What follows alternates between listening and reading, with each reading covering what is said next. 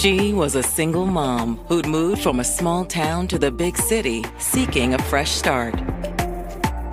She wanted better for her and her son. She was working as a nurse's aide and had already made a lot of friends. But one spring morning, her son makes a tragic discovery. His mom won't wake up. He's very upset, very scared.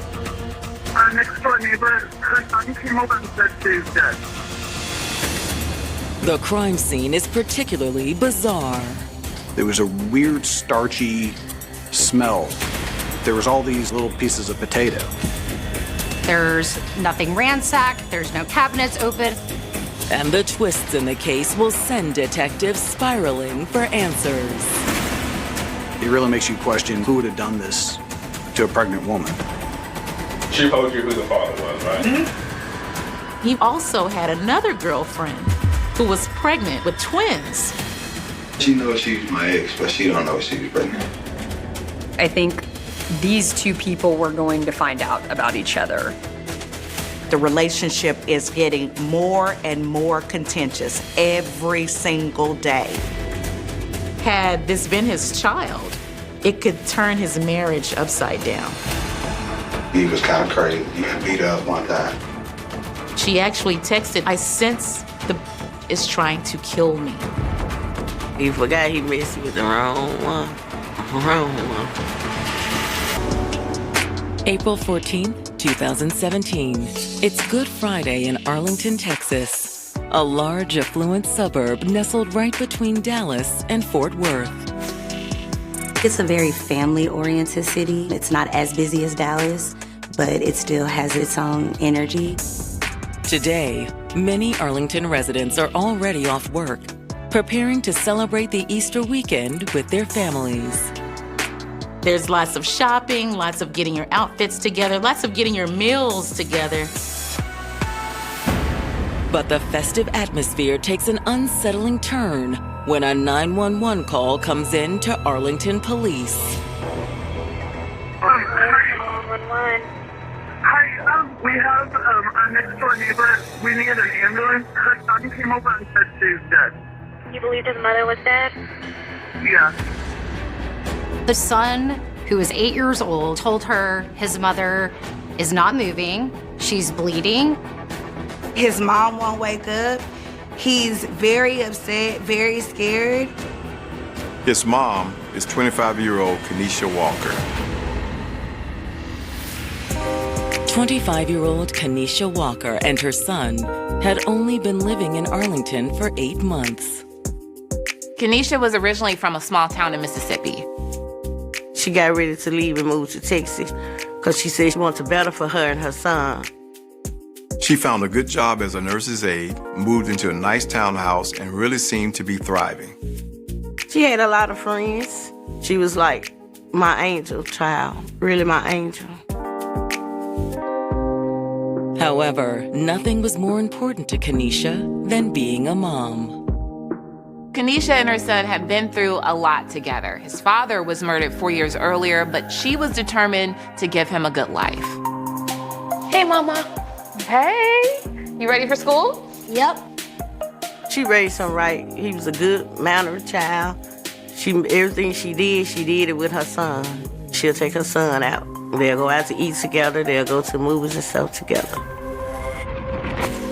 After moving to Arlington, Kenesha also reconnected with an old flame, 27-year-old Keith Haynes, who was living in the nearby city of Plano. Kenesha and Keith dated on and off throughout their high school years in Mississippi and remained in touch over social media ever since. I can't wait to show you all the best spots around here. Keith had moved there 4 years earlier to work with the Dallas County Sheriff's Office. He was working as a courtesy patrol officer. So it only made sense that the two would rekindle their prior romance when they were back in the same city. Pick me up at 8. All right, I'll see you then. They came from a very small town, and so when you move to DFW, which is a very big place, knowing somebody from your hometown was probably very easy. But now, police are en route to Kenesha's home after receiving an alarming 911 call from her neighbor. Her son came over and said she's dead. You believed his mother was dead? Yeah. When police arrive at Kenesha's residence, they cautiously make their way inside. Everything is neat. There's nothing out of place. Everything looks normal. There's nothing ransacked. There's no cabinets open. There didn't appear to be any sort of forced entry in the home, and it didn't look like the house had been rummaged through. But in the primary bedroom, investigators locate Kenesha. She's laying in bed with the covers pulled all the way up to her neck. She's been shot in the back of the head. They figured that she had been asleep and had no way of defending herself or being aware that the shot was happening. Detectives are perplexed by the strange scene before them. There was a weird, starchy smell, like gunpowder and wet French fries. There was all these little pieces of potato. There are potato pieces scattered not only all over the room, but on top of her in the blanket. And when investigators pull back the blankets covering Kenesha's body, they make a tragic discovery. They realize she's also pregnant. She was clearly 7-8 months along. Sadly, there's no chance of saving her unborn baby either. It really makes you question who would have done this to a pregnant woman.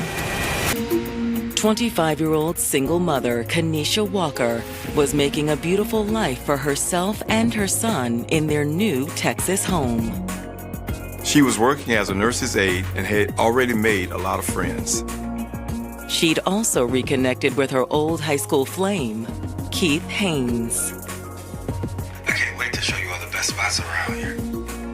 Keith just happened to be living there too after moving there from Mississippi 4 years earlier.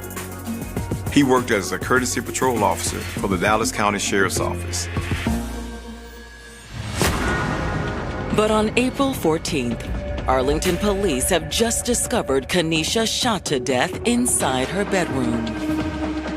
They soon realized she's 7 or 8 months pregnant. It really makes you question who would have done this to a pregnant woman. Making the crime scene even more baffling, there's chunks of potatoes scattering the bed. Old cops would tell stories about potato silencers, and I was like, did this person really, use a potato as a silencer? Is that really a thing? Near the bed, detectives find another key piece of evidence. A few feet away from the bed, they ended up discovering a shell casing. Looked like a .40 caliber, nothing special. Investigators do a sweep of the entire apartment and confirm that nothing of value has been stolen. Her purse, her wallet, all that was still on her kitchen table. Her money, her credit cards and stuff, bank cards. However, one thing is missing from the apartment. There's no sign anywhere of Kenesha's cell phone. Police immediately worked on processing a warrant to get access to her phone records. The missing phone, combined with the lack of forced entry or other stolen items, leads detectives to believe this was no random attack. Initially, I felt pretty confident that it was probably going to be a known suspect or somebody had a key or had access to the place. But who could that person be? Detectives head next door, where Kenesha's neighbor is still caring for her 8-year-old son. He appeared to be in shock. He was saddened, stunned. Investigators are hoping the young boy knows if there was anyone else in the home with him and his mother the night before. Was anyone there when your mom put you to bed? He said that he and his mom were the only ones in the apartment when he went to bed around 9 p.m. that night. He didn't even hear a gunshot or anything overnight. However, Kenesha's son says someone else was there in the early morning hours. He says that around 2 a.m. he was not feeling well, and he did go into his mother's bedroom to let her know, and there was a man that was in the bed with her. And when he asked who it was, she told him it was Moosey. When detectives asked the son, does he know anything about Moosey or even his real name, the son can barely tell them anything. He didn't know who it was. He didn't recognize him. Okay. And then when you woke up in the morning, Moosey was gone? Kenesha's son woke up around 10 a.m. and went to his mother's room. Mom? That's when he found her and subsequently ran to the neighbor's home for help. To detectives, it seems very possible that Moosey could be behind Kenesha's murder. But who is he? Before investigators can continue trying to answer that question, they have the grim task of contacting Kenesha's mother. She was still living back in Mississippi. Miss Bagley, I'm afraid I have some terrible news. They said your daughter was murdered. Then I said, what? I said, no, not my baby. She did not get in no trouble at all, period. I was nervous and shaking. I said, no, this cannot be true. I said, not Kenesha. I started telling her, what happened to her daughter and if she knew of anyone that could have been harming her daughter. And she said, no, not really. Everyone loved my daughter. She had no enemies. I asked her if she'd been in a relationship, and she said nothing current. Nothing she told me about. Alicia knew her daughter was expecting, but she doesn't know who the father is. She does admit that Kenesha is very private about her personal life and doesn't provide her with a lot of insider information as to who she's dating. But when detectives mention the name Kenesha's son provided, the name of the man he saw his mother with shortly before she was killed, it jogs Alicia's memory. They said, you know anybody nicknamed Moosey? I said, yeah. My heart just dropped.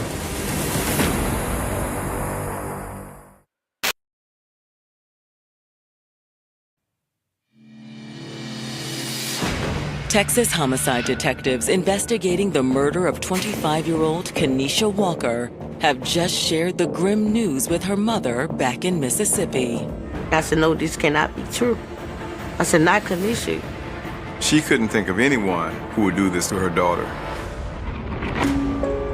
That's when detectives share the information they've learned from Kenesha's son. He said he saw a man his mother referred to as Moosey in her bedroom shortly before she was killed. They said, you know anybody nicknamed Moosey? I said, yeah. My heart just dropped. She said, oh, I know who Moosey is. Moosey is Keith Haynes. They were dating together back in high school. As far as I know, he still lives here in Mississippi. Kenesha's mother was very confused. As far as she knew, they weren't even in contact with each other. In hopes of learning more about Keith Haynes, detectives run his name through their database and confirm he's currently living in the nearby city of Plano. They find out that he works for the Dallas County Sheriff's Department as a courtesy patrol officer. So police are wondering, someone who actually works for the state and the police department, would he actually do something like this? But before detectives can reach out to Keith, someone else arrives at the station to speak with them. The young woman is a close friend of Kenesha's named Ava Nelson. Ava explains that she'd been with Kenesha earlier that evening before she was killed. So she was at your house last night to wash her clothes. Were you there when she got there? No, I was at the nail shop. When I got there, she was laying across the couch like normal. Y'all had a small conversation, I'm assuming. Nothing out of the ordinary. Nothing. She was on her phone. She was on Snapchat, looking at the different stuff. Kenesha did not mention anything about anyone coming to visit her that night. Ava doesn't know of anyone that would want to hurt Kenesha. However, when detectives broach the subject of Kenesha's pregnancy, Ava does know who the father is. She told you who the father was, right? Mm-hmm. What's his name? Keith Haynes. However, despite the baby and Kenesha's history with Keith, Ava doesn't really think the relationship was all that serious. She never spit on him. I guess it was just a fling. So they just kind of hooked up or something like that? She said that Keith also had another girlfriend who was pregnant with twins at the same time and due the same week as Kenesha. He was in a long-term relationship with a different woman. But Ava doesn't know the woman's name or how to get in contact with her. He was staying with the girl out here. He's been with her a long time. I don't know anything about her. Police determined that this is a very volatile situation, and it could definitely be a motive for murder. Now more than ever, detectives need to speak with Keith Haynes. And when they reach out to him, it appears he's been expecting their call. He says, I already know, my name is already out there. Keith insists that he has nothing to do with the murder and says he's heading to the police station right now to clear his name. But not before going live on social media. I started getting notified by other detectives that Keith Haynes was on Facebook Live going off on a rant about how his name was being brought up in this murder. I don't know how my name come up in this bullshit. And I thought, well, that's pretty handy. I did ask other detectives to record the rant. Saying I'm supposed to kill somebody? Well, I tell you what, I'm headed to them police department. Let them know that the moose I had nothing to do with nothing. When Keith shows up at the station that afternoon, he's immediately escorted to an interrogation room. Keith tells investigators that he is only here to clear his name. Just realize this is a voluntary deal. Yes, sir. If any time you want to leave, just let us know and you'll be free to go. I ain't leaving until we done. He claimed that he had no idea what happened to Kenesha and that he had no reason to hurt her. Keith also confirms that he's known Kenesha for several years and that they dated on and off during high school in Mississippi. Well, did y'all stay in touch after y'all broke up, after high school and all that? We will still talk to each other when we see each other. We'll text it and that's what it is. However, Keith admits that when he reconnected with Kenesha in Texas, their relationship heated up quickly. We hooked up a couple times, but that was it. We had sex or whatever, and that was it. He admits that he could be the father of Kenesha's unborn child. But Keith insists he wasn't with Kenesha in the hours before she was killed. Keith says that he was not with her last night. It's been more than 24 hours since he saw her. Keith says the last time he saw Kenesha was on Wednesday, April the 12th. I came up, she cooked, and we just talked. Okay, so what do y'all talk about then? We pretty much just talked about what she was going to do with the kid and, how I was going to help her out if it was mine. Detectives then start to think maybe her 8-year-old son was confused and possibly did not see Moosey just the night before. Maybe he actually saw Moosey a couple of days before and just got confused with the time frame. Detectives switch gears and ask Keith about the other woman he'd allegedly been dating. Detectives asked Keith if he indeed had another girlfriend, and he admitted it and said yes. However, he denies that his other girlfriend is pregnant. And she's pregnant, right? No. She's not pregnant? Is there anyone else that you know of that is pregnant with your child, or is there anyone else that's pregnant claiming to be your child? Or No. This was going to be my first. Keith concedes that he hasn't been honest with his girlfriend regarding his relationship with Kenesha. Does she know anything about Kenesha? Yeah, she knows she's my ex, but she don't know she was pregnant. And she doesn't know you've been messing around with her? But Keith says he isn't the only one who's been playing the field. He says that Kenesha was also involved with some married white guy. He was kind of crazy. He got beat up one time.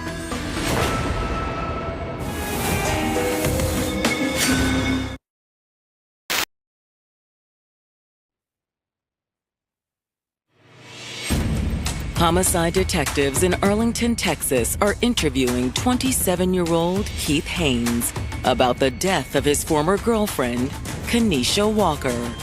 Kenesha was 8 months pregnant when she was killed, and it's possible Keith was the father. But Keith tells detectives he's not the only man they should be looking at. He says that Kenesha was also involved with some married guy. Who's the other guy? That I don't know. She just told me the white guy. See, she was secretive. Keith didn't know the white man's name. He just knew that Kenesha mentioned that it could have been his baby or it could have been Keith's. However, Keith says Kenesha was reluctant to tell the other man he could be the father. He was kind of crazy, and he got beat up one time. She had not let him know that she was pregnant because she didn't know how he would react. I was like, well, you got to tell him. So the last time we talked about telling him was actually a Wednesday. She told me that she was going to tell him. To detectives, this sounds like a perfect storm of a motive. After Kenesha disclosed her pregnancy, he could have become upset and, knowing how domestic violence escalates, killed her. When there is a new baby coming into your life, if you are a perpetrator of domestic violence, you are going to be losing power and control in one way or another. Had this been his child, it could turn his marriage upside down. Did he murder her to save his marriage?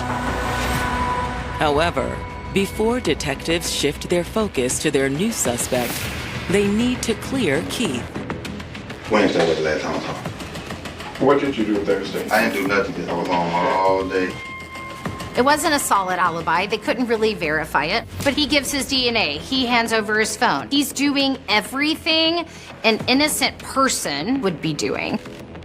And Keith, this is the phone that we're going to look at? I asked him if he would consent to allow us to search his phone. He said, yes, you can have my phone, and he signed the consent form. He also gives detectives permission to search his car and his apartment. Well, we'll get down to the bottom of what's going on.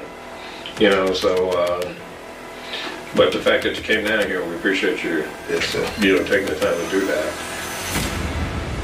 When I got down to the car and started looking through it, it was pretty clear that this was not something that had been used in any sort of crime. I asked him, do you mind if we go up and search your apartment? He said, no, come on. It was clear when we got there that nothing stood out immediately. Next, detectives work on identifying the married man Keith claimed Kenesha had been dating. They started reaching out to Kenesha's social circle to see if maybe they could find out who this individual is. They were turning up empty answers. Nobody really knew who the white boyfriend possibly could have been. The only person they knew of in Kenesha's life was Keith Haynes. But when detectives talk to one of Kenesha's best friends from back in Mississippi, Maya Lewis, they get some more insight on the situation. Did Kenesha tell you about a married man that she was seeing? A white male? Keith is the only man she'd been with around that time. Maya lets them know that Keith and Kenesha's relationship is very rocky. They were always consistently arguing, and they never seemed to get along. But according to Maya, when Kenesha found out she was pregnant, Keith believed they'd rekindle their romantic relationship. Oh my God, we're gonna be a family. He wanted to get back together, but Kenesha did not want to be involved with him at all. What's wrong? This doesn't mean we're back together as a couple again, Keith. She was willing to allow him to co-parent their child, but she felt he was a liar, a cheater, and she really didn't want to be involved with him. Look, we can work together to raise the baby, but that's it. Maya explains that Keith had let Kenesha down too many times in the past. She was over it. And when it came to getting ready for their baby's arrival, Maya says Keith let Kenesha down yet again. He hadn't done anything to help her. She had to purchase all the baby items herself. He's not contributing in any way. He's being very irresponsible. And she had been sending me screenshots of the horrible texts he would send her whenever she would just try to get him to pitch in. Maya said that in the screenshots, it appears that the relationship is getting more and more contentious every single day. And as the tensions between Keith and Kenesha escalated, Maya says one text in particular stood out to her. Kenesha let Maya know that if something were to happen to her, it was likely Keith. Kenesha is speaking to us from the grave. She actually texted, "I sense the is trying to kill me."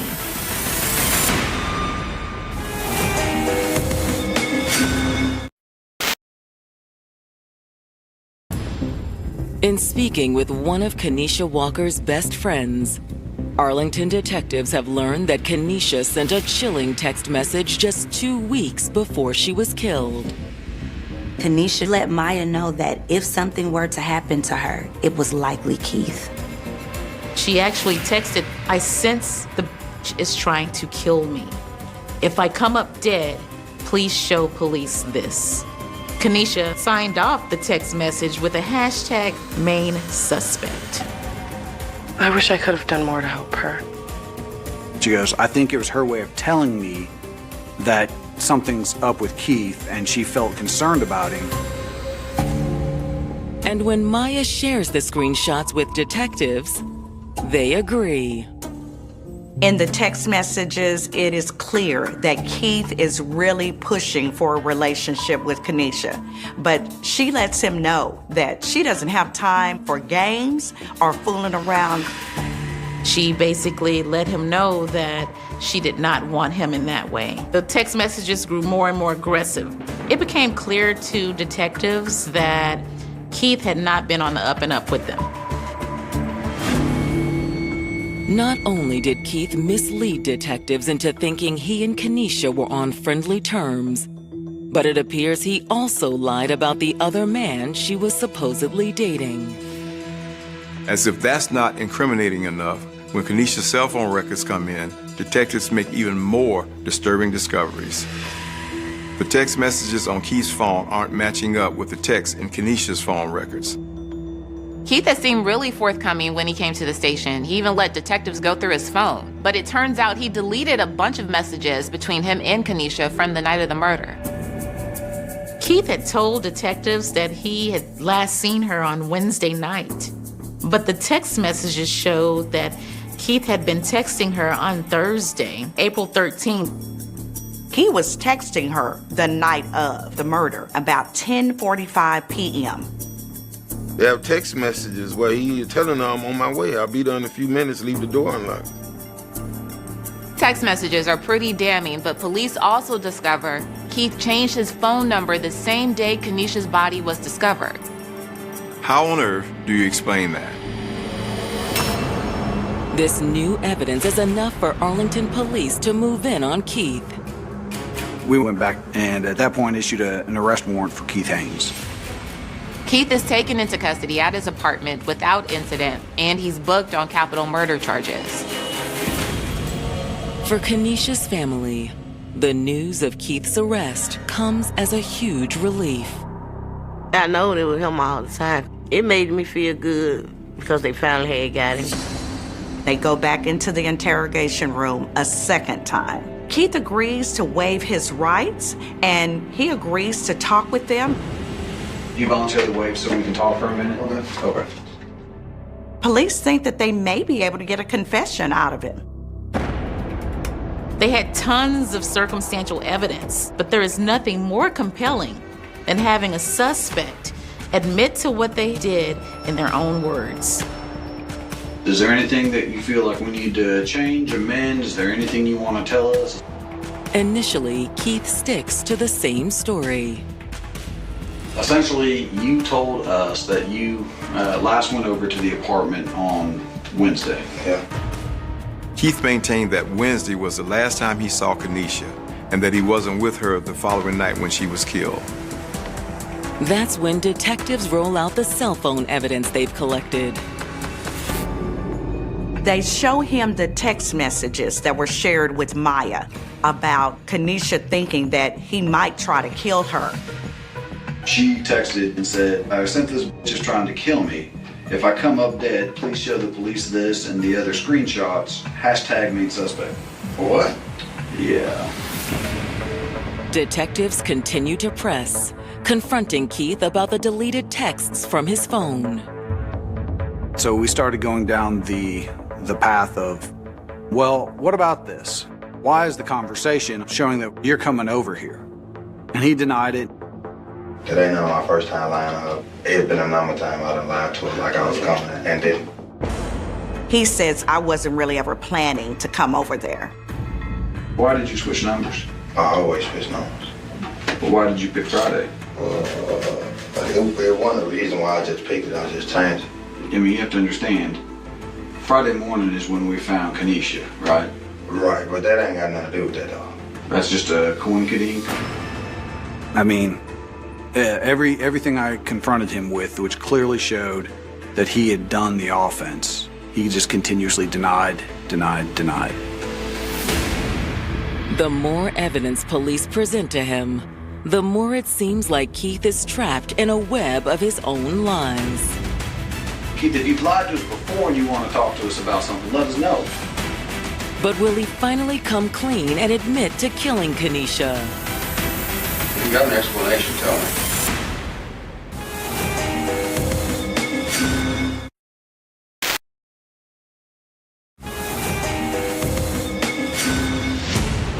In an Arlington police interrogation room, detectives are throwing all their evidence at Keith Haynes, hoping he'll confess to the murder of his pregnant ex-girlfriend, Kenesha Walker. As detectives continue to pick apart Keith's story, the more it seems he's running out of ways to explain it all away. Like I said, just piecing it together. You have to understand, just from right there, that seems kind of suspicious, right? And I promise you I can understand that, but I wasn't there.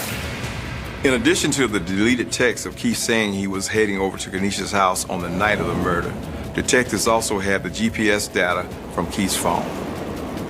The GPS data shows he left his house around 11 p.m. and arrived at Kenesha's house at midnight. He doesn't leave until 4 a.m. Police believe Kenesha was killed around 3 a.m., so Keith had every opportunity to commit this crime. I was asking him, since we first talked, you said that you stayed in your apartment all night. Well, why is your phone showing GPS coordinates outside of this area? That would be her house. You're sending that text message saying I'll be there in 40 minutes, and we pull the GPS coordinates in your phone, and about 40 minutes out, you're here? Now, is that a coincidence? That's wrong, I tell you that, because I didn't go anywhere on Thursday. Keith, how do you explain that? To be honest with you, I can't even explain it. Like, I don't even know if that's true or not, to be honest with you. This is coming off the GPS from your phone. I can't make this up. If you got an explanation, tell me. I mean, I don't. Again, everything was just deny. He's still sticking to his story. We're not playing games with you. We've showed you everything, the conversations and all that. Right now, what I'm asking you to do is explain it. Explain the truth to us. I don't know what truth you're trying to say, and like I said, I did not kill Kenesha Walker. No matter how many holes police poke in Keith's story, and no matter how much pressure they apply, he still refuses to confess to the crime, and eventually just stops talking. I ain't got nothing else to say. I told y'all what I had to say. They have enough evidence and they are going to push this case forward, but he's just shutting this interrogation down. He really is displaying characteristics of a sociopath, maybe even a psychopath. In retrospect, we know what he did. He knew what he did. He was just so callous. Years pass before Keith's case goes to trial. The wheels of justice move slowly. They were moving even slower in this case. We had been delayed because of COVID and some other snags with the case. Like every year they'll constantly postpone it. My grandson, he was mad. Prosecutors also hope the passage of time won't impact Kenesha's son's memory of the events leading up to her murder. He was going to be an absolutely crucial witness. But he was 8 when this happened, and he was well into his teenage years by the time that we were going to trial. When Keith's trial finally begins in December of 2023, prosecutors argue that he had a clear motive for wanting Kenesha out of the picture.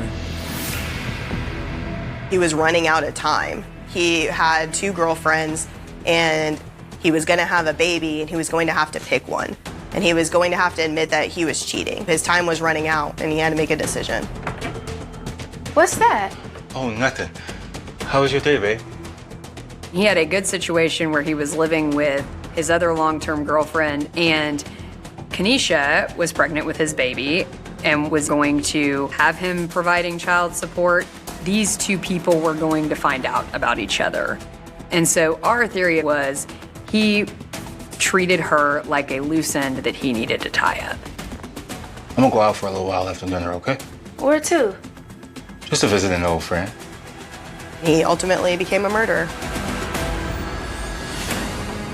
As Keith felt the walls closing in on him, he made a desperate plan and put it into action on the night of April 13th, 2017. Prosecutors say Keith texted Kenesha that night to let her know he was on his way over and to leave the door unlocked for him. We'll never really know why Kenesha agreed to let Keith come over that night. Perhaps she thought they were just going to discuss their co-parenting relationship. She had already that gut feeling that this was not the guy for her, but he was going to be the father of her child. And it was that little piece in my mind why she left that door unlocked. I think she felt comfortable. They knew each other from high school. They had a previous relationship. Once it got late, he probably convinced Kenesha to let him spend the night. And that's probably why around 2 a.m., Kenesha's son saw him lying in the bed. After Kenesha fell asleep, Keith grabbed a potato from the kitchen and snuck back to her room. Keith places the potato as a silencer on the gun, places it on the back of her head, and kills Kenesha instantly with one single gunshot. She was sleeping. She never saw it coming. Keith Haynes then flees the scene and leaves it for her 8-year-old son to discover his mother's body the next morning. He didn't care about how her son would find her. He didn't care about his unborn child. The actions that Keith carried out were very sick. And this is a man who worked in law enforcement, a man who was supposed to protect and serve. Prosecutors argue he did quite the opposite. He tries to make up this story, this red herring, to throw the trail off of him onto someone else. However, his lies drew police right back to him. After less than an hour of deliberation, the jury returns with a verdict. The jury finds him guilty of capital murder. He was sentenced to life without parole. When Kenesha's family gets a chance to deliver victim impact statements, they don't hold back. I told him I hope he rot in hell, because you took 2 lives. You took your baby too. I don't know what he was thinking, but he forgot he messed with the wrong one. Wrong one. I was glad to get the guilty verdict. It just seemed like it was very cathartic that all that work back then finally paid off. But even finally getting justice doesn't heal the trauma that Kenesha's loved ones must live with every day. I hate, but no, I can't. It ain't gonna bring her back. But I get in my dark moments, I be crying a lot. Mm-hmm. This case really is a travesty. It was hard to really articulate the wrongness. Not just Kenesha, young, beautiful, full of life, whole life ahead of her, you know, with ambition, goals, and, you know, with the drive to succeed. What stands out most to me about this case is just the life that Kenesha wanted for her children. She really wanted to make sure that they had a great life. My grandson, he still have anger issue. He be having nightmares about that. When we get to talking, he was like, I miss my mom. I said, I miss her too. But I would not let him see me share no tears. I go in my room, I close my door, and tears would start falling. Because I wish that my daughter was still here living. I would tell her how much I love her, or how much I miss her. There are murders that shock a city for a few days, murders that dominate newspaper headlines for a week, and then there are murders that refuse to disappear, even when almost everyone connected to them is gone. On the morning of June 28th, still 1967, in the Eastern District of Bristol, England, police were confronted with a crime that would remain unanswered for nearly 6 decades. 75-year-old Louisa Dunn was dead inside her own home on Britannia Road. She had been raped, she had been strangled, and the person responsible had vanished into the ordinary life of a city that continued moving around him. For investigators in 1967, there was a palm print on a window, physical evidence preserved from the scene, statements from witnesses, and thousands of questions. But there was no name, no arrest, no confession, no courtroom. The investigation became one of Britain's most enduring cold cases. Then, 58 years later, science reached backward through time. Evidence that had been collected when Louisa was alive only in photographs and memories was examined again with technology that did not exist when she died. A blue skirt that had remained in police custody for decades became the center of a forensic breakthrough. A DNA profile was extracted. It was compared against a national database, and suddenly the past had a name. Ryland Headley. In 1967, he was a young man.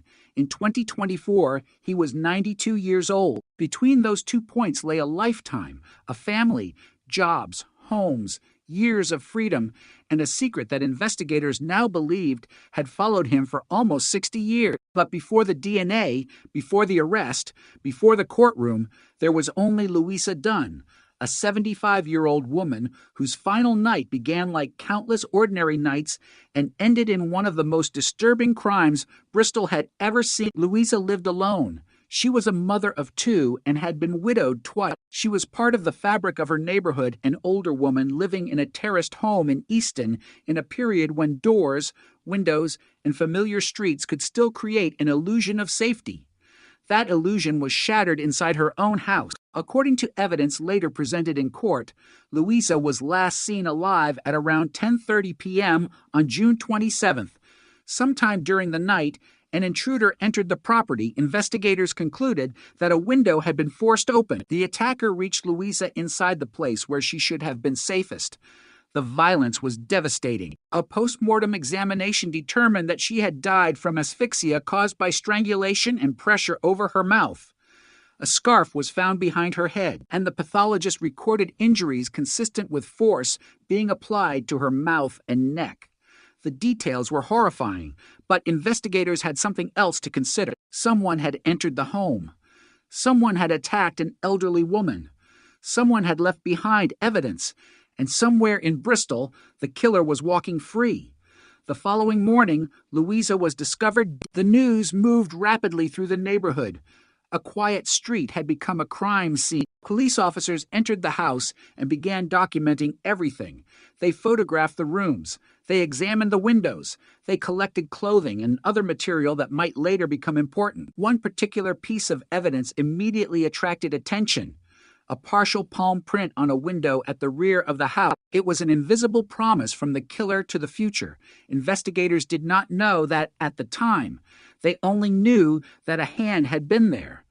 The print was incomplete, but it could potentially identify the person who had touched the window. The Bristol police investigation became enormous. Officers did not simply wait for a lucky name to appear. They worked through an extraordinary number of potential comparisons. According to evidence later reported, palm prints were taken from approximately 19,000 men and boys in an effort to find a match. Imagine the scale of that operation. Thousands of hands, thousands of records, thousands of comparisons. Yet the killer remained unidentified. The print stayed unmatched. The years began to move. 1968 became 1969. The decade changed. Bristol changed. Britain changed. Technology changed. People who had been young in 1967 grew old. Children became adults. Families moved away. Witnesses died.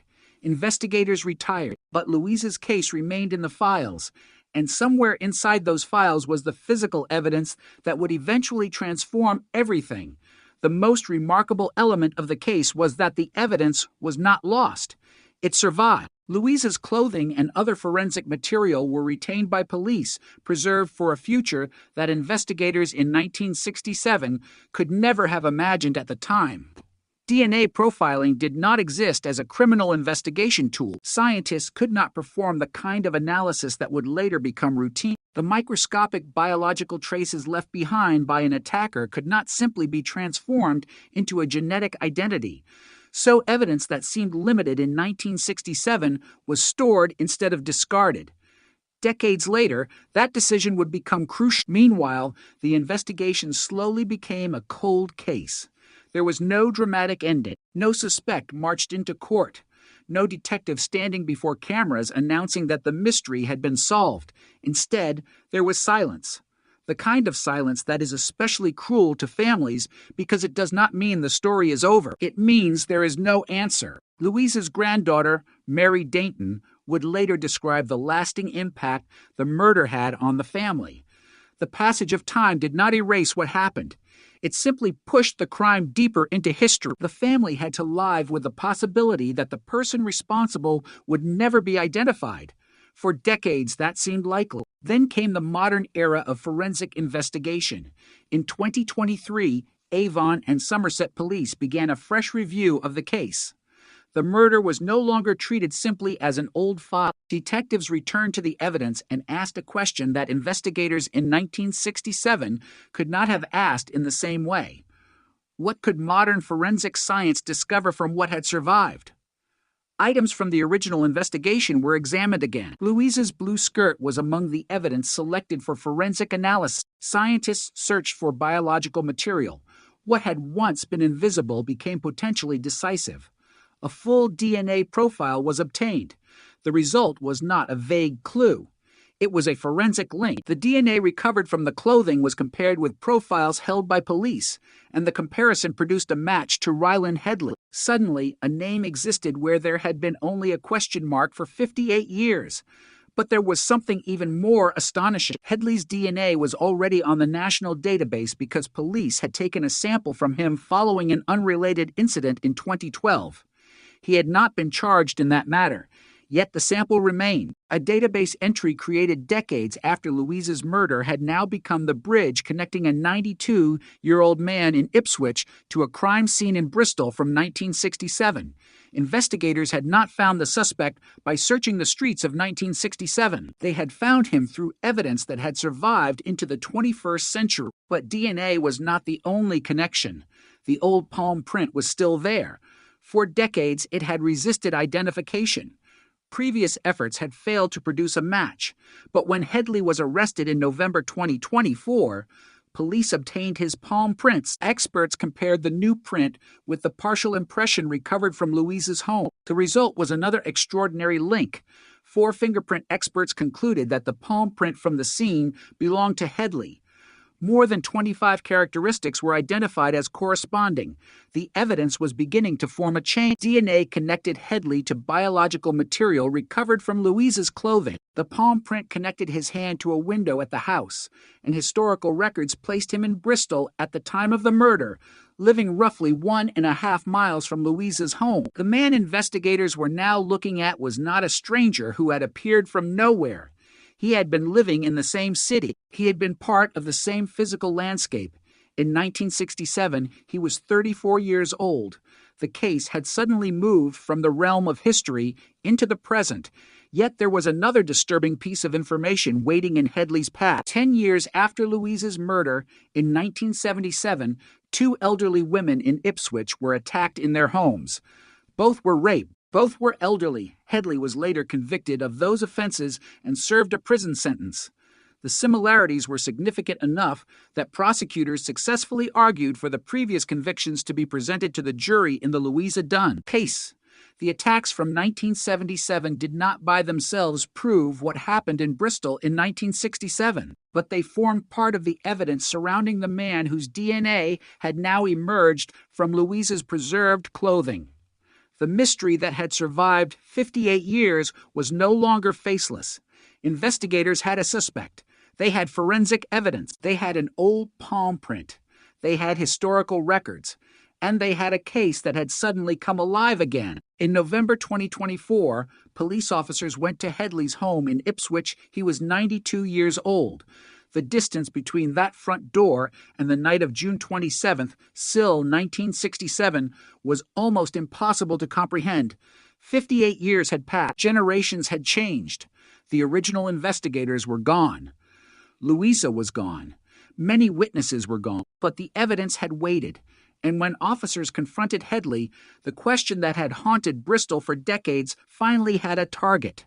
The old cold case had entered a new and shocking chapter. For the first time since Louisa Dunn was found dead, investigators were no longer asking who could have killed her. They were asking whether the 92-year-old man standing before them was the man whose palm print had been left on her window and whose DNA had been preserved on her clothing since 1967. The answer would soon be decided not by memory, not by rumor, and not by the passage of time, but by evidence that had survived longer than almost everyone who had once known the case. The investigation had crossed a line that seemed impossible in 1967.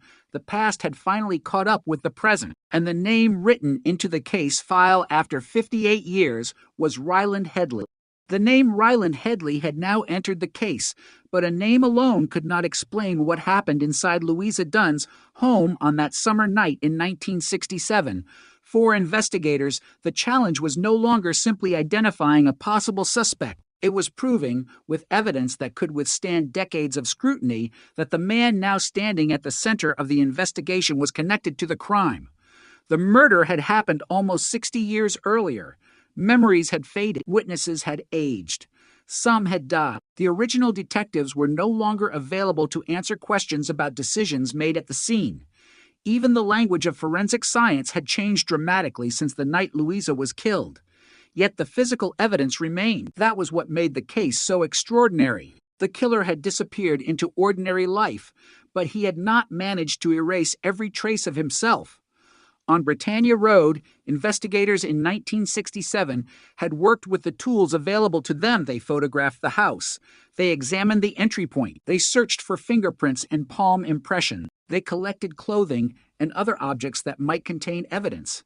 They recorded injuries and preserved material that, at the time, could reveal only so much. The science of DNA profiling was still years away. There was no national system capable of taking an unknown biological sample and producing the kind of genetic profile that modern detectives could use.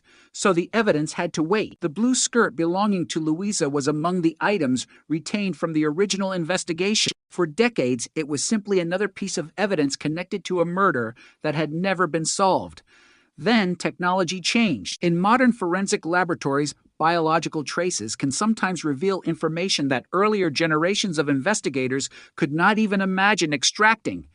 Microscopic material can become a genetic profile. A profile can become a database search, and a database search can turn an unidentified offender into a person with a name, an address, and a history. That chain of events began to unfold when Avon and Somerset police reopened their examination of Louisa's murder.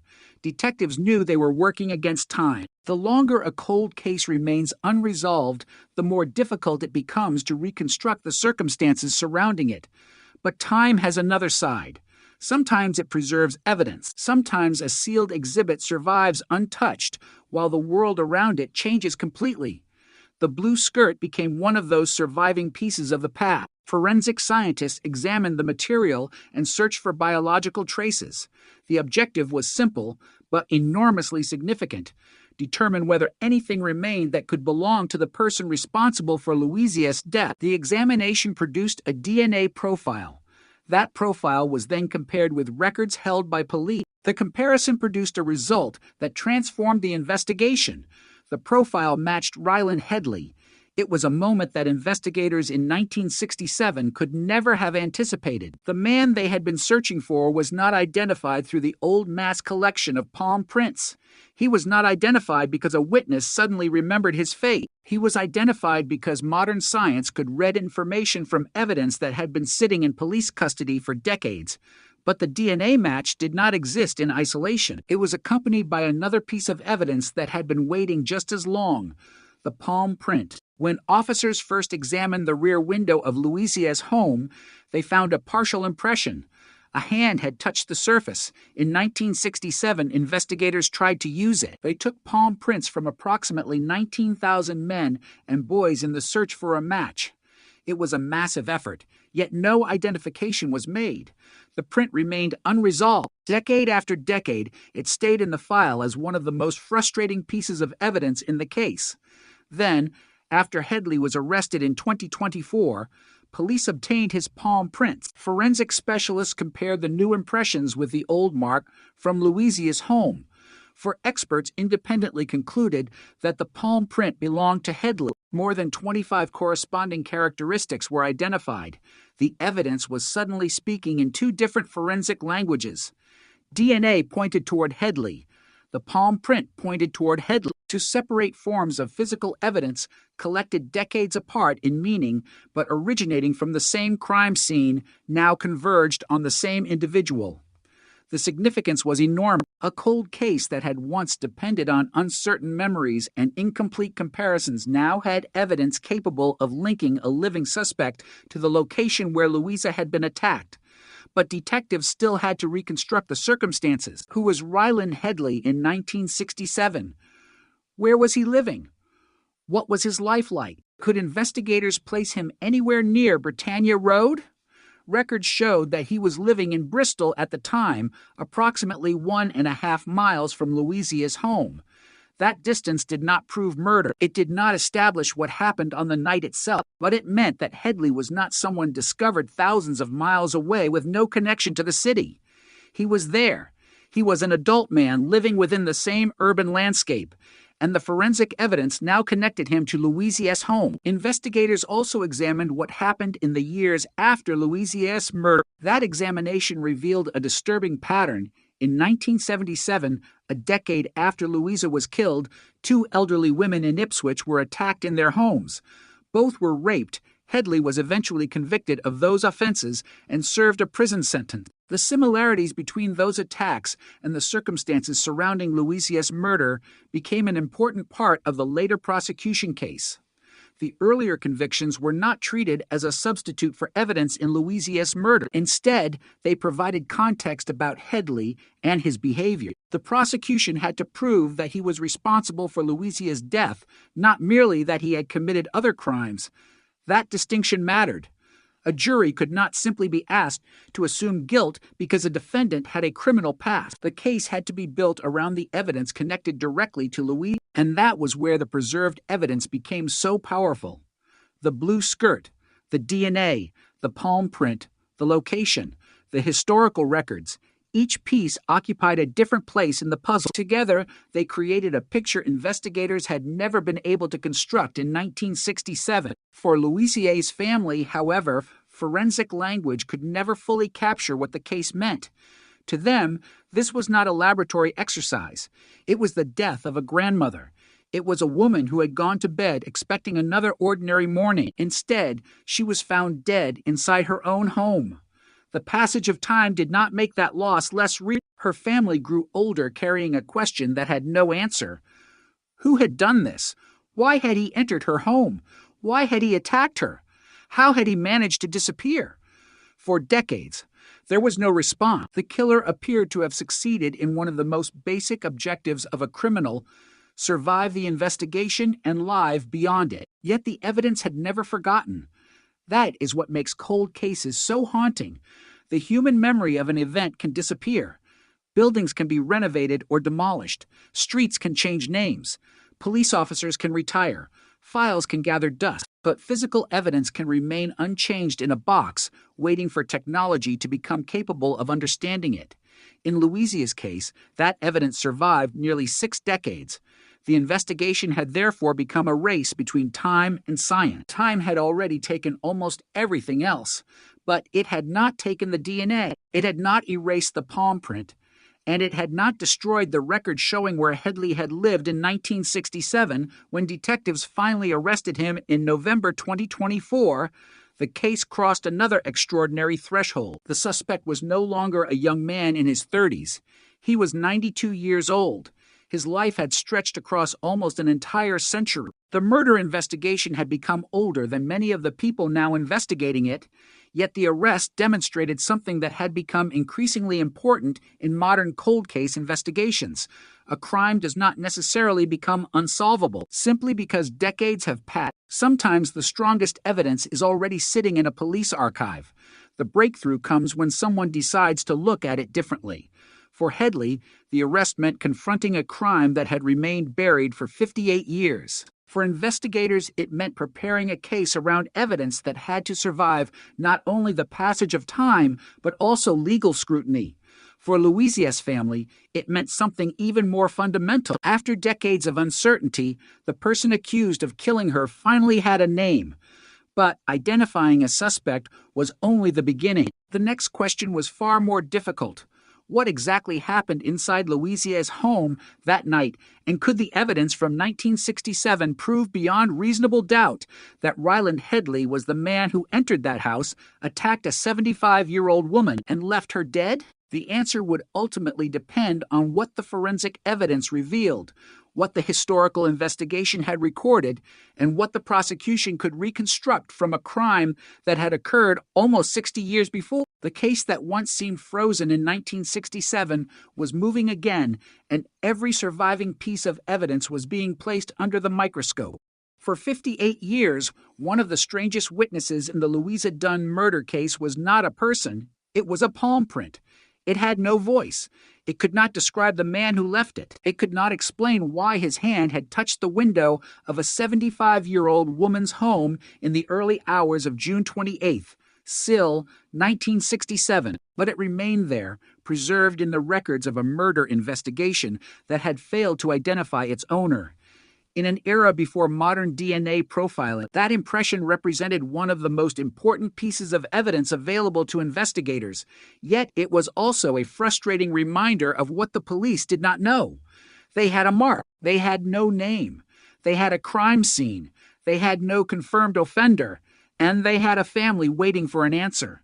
The investigation in Bristol had been extensive. Officers collected palm prints from approximately 19,000 men and boys as they attempted to identify the person responsible for Louisa's murder. Thousands of hands were examined against the impression recovered from the scene. Every comparison carried the possibility of ending the investigation. Every failure pushed the case deeper into uncertainty. One by one, the comparisons produced nothing. The palm print remained unidentified. Eventually, the investigation became one of those cases that seemed destined to remain unresolved forever. But the fact that the print could not be identified did not mean that it was useless. It meant only that the technology and records available at the time could not unlock it. That distinction would become critical almost 6 decades later. Louisa's murder had occurred during a period when forensic investigation was already becoming more sophisticated, but the tools that would revolutionize criminal identification had not yet arrived. Investigators relied heavily on fingerprints, palm prints, witness statements, physical descriptions, and traditional detective work. Biological evidence could be collected, but there was no DNA database capable of transforming an unknown sample into a searchable identity. The science that would eventually become standard in major criminal investigations was still in its infancy, so the case depended on what investigators could see and measure. The palm print was one of those measurable traces. It represented contact. Someone had placed a hand on that window. If investigators could determine whose hand it was, they might have the answer. But the search failed. Decades passed. Then, in the 21st century, the case was reopened and the old evidence was examined again. Modern investigators did not have to begin from zero. They inherited the work of those who had come before them. They had the original photographs, records, exhibits, forensic documentation, and Crucially, the preserved physical evidence. The investigation became an exercise in connecting two different eras. On one side stood the police officers of 1967, working with the knowledge and technology of their time. On the other stood forensic specialists decades later, equipped with tools that could extract information from evidence once considered far less useful. The palm print was still there. So was the DNA evidence, and eventually those separate clues began pointing toward the same man. When Ryland Headley was arrested in November 2024, police obtained fresh palm prints from him. These were not impressions taken from a photograph or reconstructed from an old record. They were contemporary samples from the man investigators had identified through the DNA evidence. Forensic specialists then compared those prints with the partial palm impression preserved from Louise's home. The comparison produced a result that transformed the importance of the old mark. 4 fingerprint experts concluded that the palm print belonged to Headley. More than 25 corresponding characteristics were identified. The impression that had remained unidentified since 1967 now had an owner. The significance of that moment cannot be overstated. A partial palm print can be powerful evidence because the patterns and characteristics of the human hand are highly individual. But the circumstances surrounding a print matter. Investigators had to consider where it was found and what it meant. In this case, the impression was associated with a window at Louise's home. It was not simply an unrelated mark discovered somewhere in Bristol. It was part of the physical environment surrounding the murder.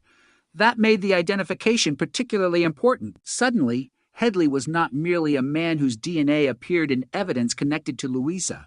His hand was also connected to the property. The case was becoming a convergence of independent forensic evidence. But the investigation could not stop there. Detectives needed to understand Headley's circumstances in 1967. A forensic match could identify a person, but investigators still needed to establish whether that person could have been present. Historical records became essential. Headley had been living in Bristol at the time of the murder. His home was approximately 1.5 miles from Louisa's house. The distance was significant because it placed him within the same city and made the physical connection plausible. Yet investigators had to resist the temptation to turn proximity into proof. Being nearby did not mean someone was guilty. Thousands of people could have lived within a few miles of Britannia Road. The case required something more. That something was emerging from the evidence itself.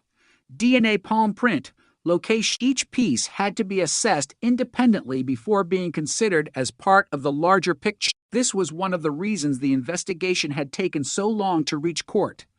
Cold cases cannot simply be solved by announcing a forensic match. Evidence must be examined, documented, interpreted, challenged, and presented in a way that can withstand the highest level of scrutiny, and the age of the evidence created additional difficulty. Investigators had to establish how it had been collected. They had to understand how it had been preserved. They had to demonstrate that the material examined decades later was connected to the original investigation. Every step mattered because the defense would have the opportunity to question it. Meanwhile, the family of Louisa Dunn had waited for an answer for most of a lifetime. Her granddaughter, Mary Dainton, later spoke publicly about the effect the murder had on the family. The unanswered question had followed them through decades. There was no conviction to provide finality, no known offender to explain what happened, only the knowledge that someone had entered Louisa's home and killed her. That kind of uncertainty can become part of a family's identity. Birthdays come and go. Children grow up. Grandchildren are born. Generations change, but one event remains frozen. For the Dunn family, that event was the death of Louise. The investigation itself had also become part of Bristol's history. The murder had happened during a different era, but the horror remained recognizable. An elderly woman was attacked in her own home.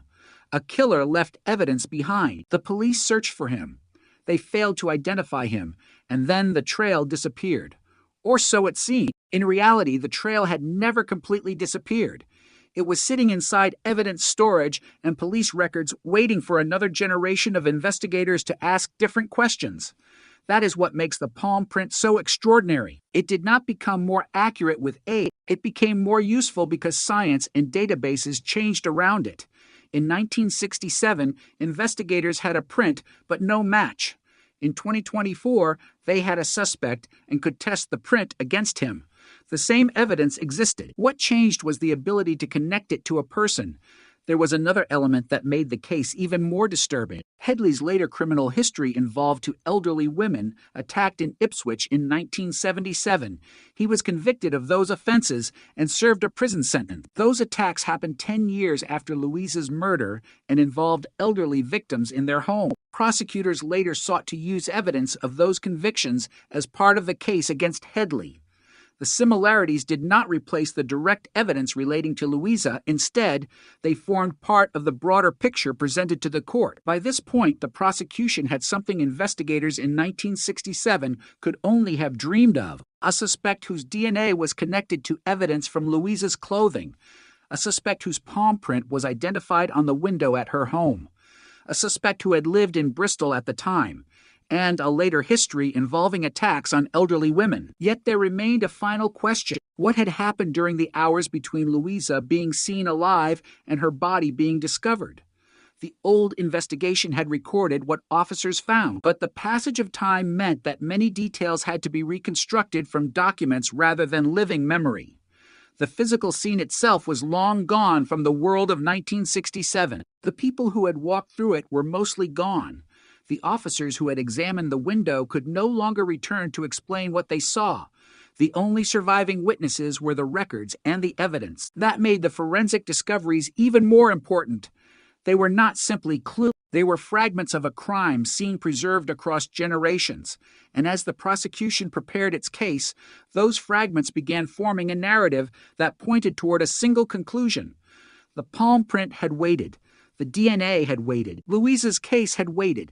For nearly 60 years, the killer had lived beyond the reach of investigators. But the evidence had remained behind, silently preserving a connection between one summer night in 1967 and a 92-year-old man arrested in 2024. The question was no longer whether the old palm print could identify someone. It had. The question was whether all of the surviving evidence taken together would finally be enough to deliver justice for Louisa Dunn. For nearly 6 decades, Ryland Headley lived with something investigators could not see: a crime buried in an old police file, a murder that had almost vanished from public memory, a name that had never been attached to the killing of Louisa Dunn. In 1967, Headley was 34 years old. Louisa was 75. They were living in the same city, separated by roughly a mile and a half, but nothing in the surviving investigation suggested that anyone at the time understood the connection between them. When Louisa was found dead, the police did not have Headley's name. They had a palm print, physical evidence, witness information, and a massive pool of possible suspects. They searched, they questioned, they compared, they collected palm prints from thousands of men and boys, but Headley remained outside the reach of the investigation. The years that followed changed everything. The city changed, the police force changed, the science changed, and Headley grew older. The murder of Louisa Dunn became a cold case, while the man investigators would eventually identify continued living his life. That contrast is at the heart of the case. For the Dunn family, June 1967 remained a wound. For the suspect, decades passed. He grew from a 34-year-old man into a 92-year-old pensioner. Somewhere along that journey, the investigation seemed to disappear behind him, but it never truly disappeared. The evidence was still there. The old palm impression remained in police records. Louisa's clothing remained preserved, and the investigation itself remained documented. What had disappeared was the ability to connect those pieces.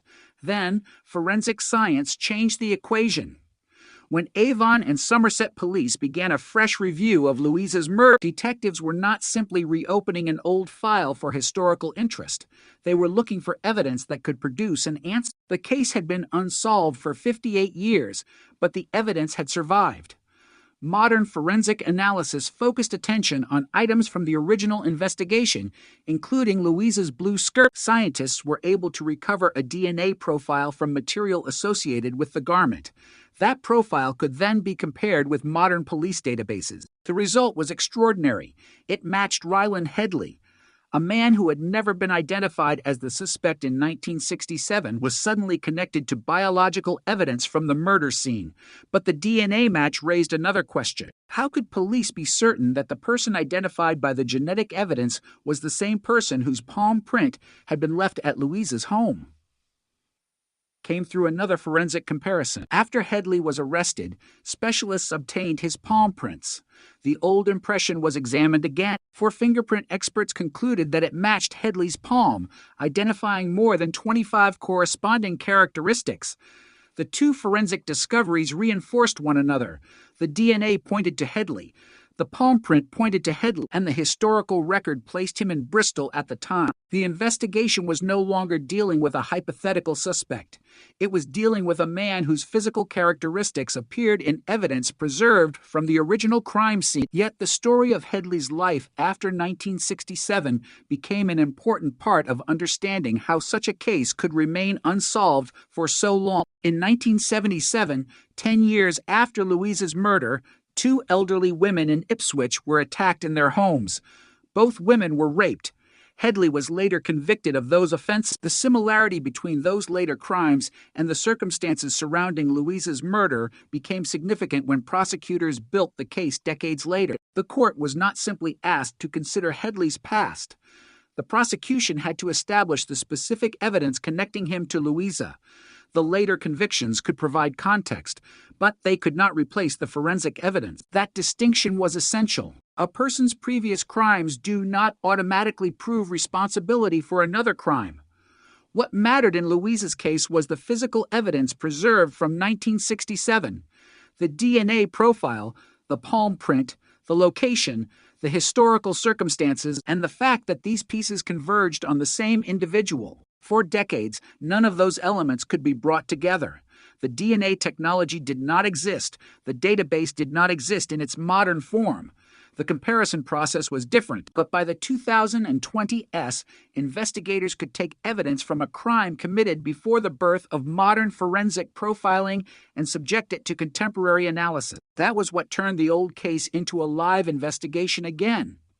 When police arrested Headley in November 2024, the news was astonishing precisely because of his age. 92 years old, the suspect was not the young man investigators had been searching for in the late 1960s. He was an elderly man who had lived through decades of British history, yet age could not erase forensic evidence. The passage of time could not make the palm print belong to someone else. It could not change the DNA profile recovered from Louise's clothing. The evidence had survived even though the suspect had grown old. For detectives, the arrest represented the beginning of the final phase rather than the end. A cold case solved in the investigative sense still had to be solved in court. The prosecution had to demonstrate that the evidence established Headley's guilt beyond reasonable doubt. Defense lawyers could challenge the forensic analysis. They could question the reliability of evidence collected in 1967. They could examine how exhibits had been stored and handled. They could challenge the interpretation of the DNA. They could scrutinize the palm print, and they could argue about what the evidence actually proved. Every detail mattered because a 58-year-old murder case carried an enormous burden of history. The prosecution was asking a jury to look backward almost 6 decades. The jurors had to consider a crime committed in a completely different Britain. They had to examine evidence collected before DNA profiling became part of criminal investigation. They had to evaluate forensic findings produced by modern laboratories and compare them with historical records. And they had to decide whether the evidence established that the man in his 90s sitting before them had been responsible for the death of a woman who was 75 years old in 1967. Louisa's family had already waited almost a lifetime. Her granddaughter, Mary Dayton, spoke about the profound impact the unresolved murder had on the family. For them, the investigation was not an abstract historical mystery. It was personal. Every unanswered year represented another year without justice. The family had lived with the knowledge that the killer could still be alive somewhere. They had also lived with the possibility that the truth would never be known. That possibility had become harder to escape as time passed. Witnesses died. Memories disappeared. Records became increasingly fragile, and yet the most important evidence remained. It is difficult to imagine what that must have meant for investigators who reopened the case. They were essentially communicating with a crime scene from another era. The voices of the original investigators existed only in reports. The photographs captured rooms that had long since changed. The evidence had become historical artifacts, but those artifacts still carried information. The blue skirt still existed. The palm print still existed, and modern forensic techniques could extract information that had been inaccessible for most of the case's history. This was the paradox of the Louisa Dunn investigation. The case was old, but the evidence was not necessarily obsolete. In fact, some of the evidence became more valuable as technology advanced. A clue that failed to solve the murder in 1967 could become decisive in 2024. A biological trace that once had no identifying power could suddenly produce a genetic profile. A palm print that had resisted comparison with thousands of prints could finally be tested against the person identified through DNA. The past had not changed. The evidence had not changed. The ability to interpret it had changed, and that difference was enough to reopen a case that had seemed permanently closed. As the prosecution prepared for trial, the story moved from the laboratory to the courtroom. Headley had been identified. He had been arrested. He had been charged. Now the evidence would be tested publicly. For the first time in 58 years, the murder of Louisa Dunn would be examined before a judge and jury with the full force of modern forensic science. The question that had haunted Bristol since June 1967 was finally going to receive a formal answer. Was Ryland Headley the man who entered Louisa Dunn's home, attacked her, and left her dead? The palm print said yes. The DNA said yes. The historical record placed him in the city. But a courtroom required more than a dramatic discovery. It required proof, and as the trial approached, every surviving fragment of the case would be brought together. The old photographs, the forensic findings, the preserved clothing, the palm impression, the records from 1967, the evidence concerning Headley's later convictions. Decades of silence were about to be replaced by testimony, and after 58 years, the cold case was finally going to be heard in court. By the time the case reached the courtroom, the murder of Louisa Dunn had become almost impossible to separate from the passage of time.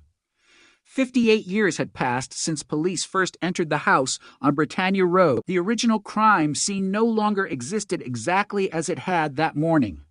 The city around it had changed. People had grown old and died. The detectives who had handled the investigation in 1967 were no longer standing in the witness box. Yet the prosecution had one advantage that time had failed to destroy: the original evidence. In court, the past had to be reconstructed piece by piece. There could be no assumption that because an event happened long ago, it could simply be described as fact.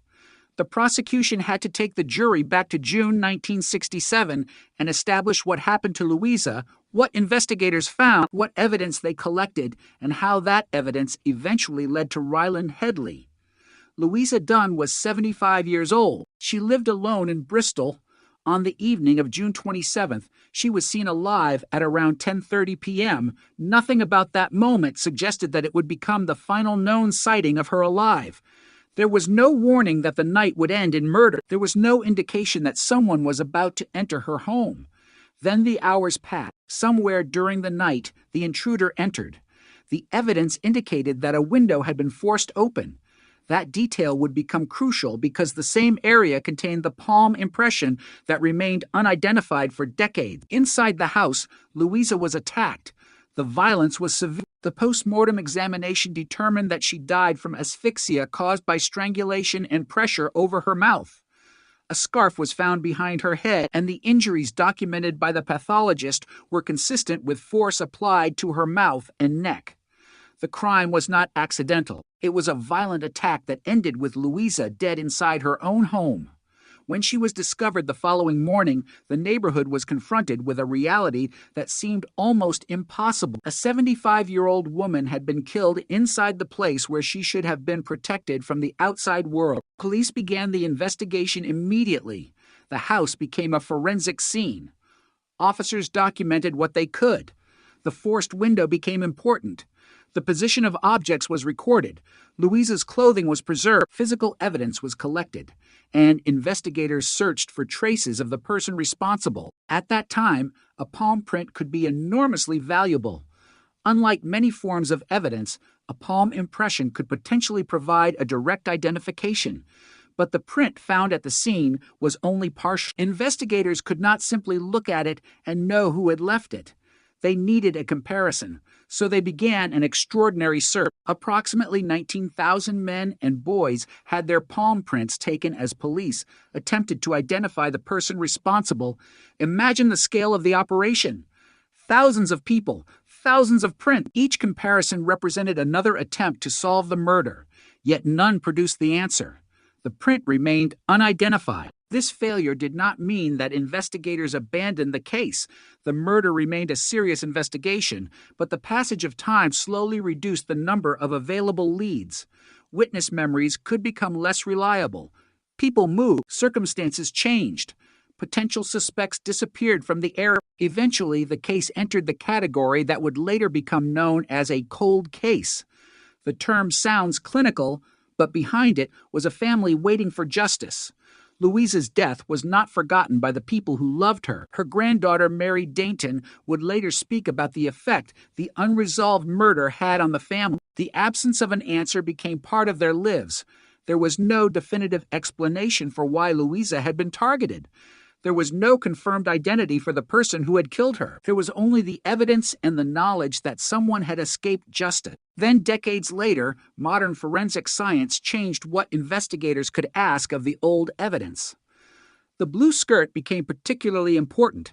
The garment had survived from the original investigation. Scientists could now search it for biological material using techniques that had not existed when Louisa was killed. The process required care. The evidence was nearly 6 decades old. Investigators had to work with material collected under the standards of another era. But the scientific examination produced a DNA profile. That profile could then be compared with police records. The comparison produced a match to Ryland Headley. This was not the end of the investigation. It was the moment the investigation acquired a direction.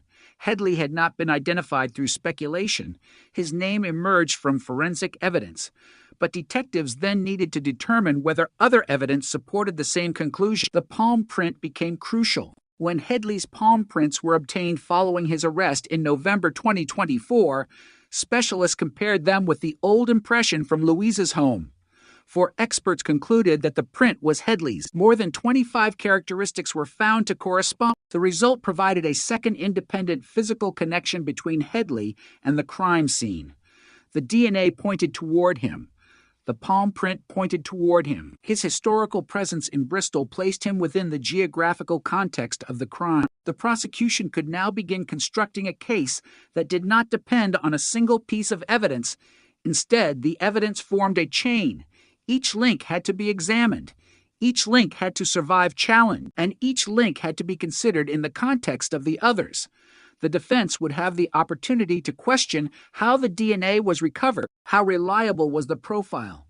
Could contamination have occurred? How had the garment been stored? Could someone other than the killer have left the biological material? What exactly did the palm print prove? Was it possible that Headley had touched the window at another time? These were not minor questions. In a trial based on evidence almost 60 years old, every uncertainty could become significant. The prosecution, therefore, had to establish the historical continuity of the evidence. The blue skirt examined decades later had to be the same garment collected during the original investigation. The palm print had to be demonstrably connected to the window at Louisa's home.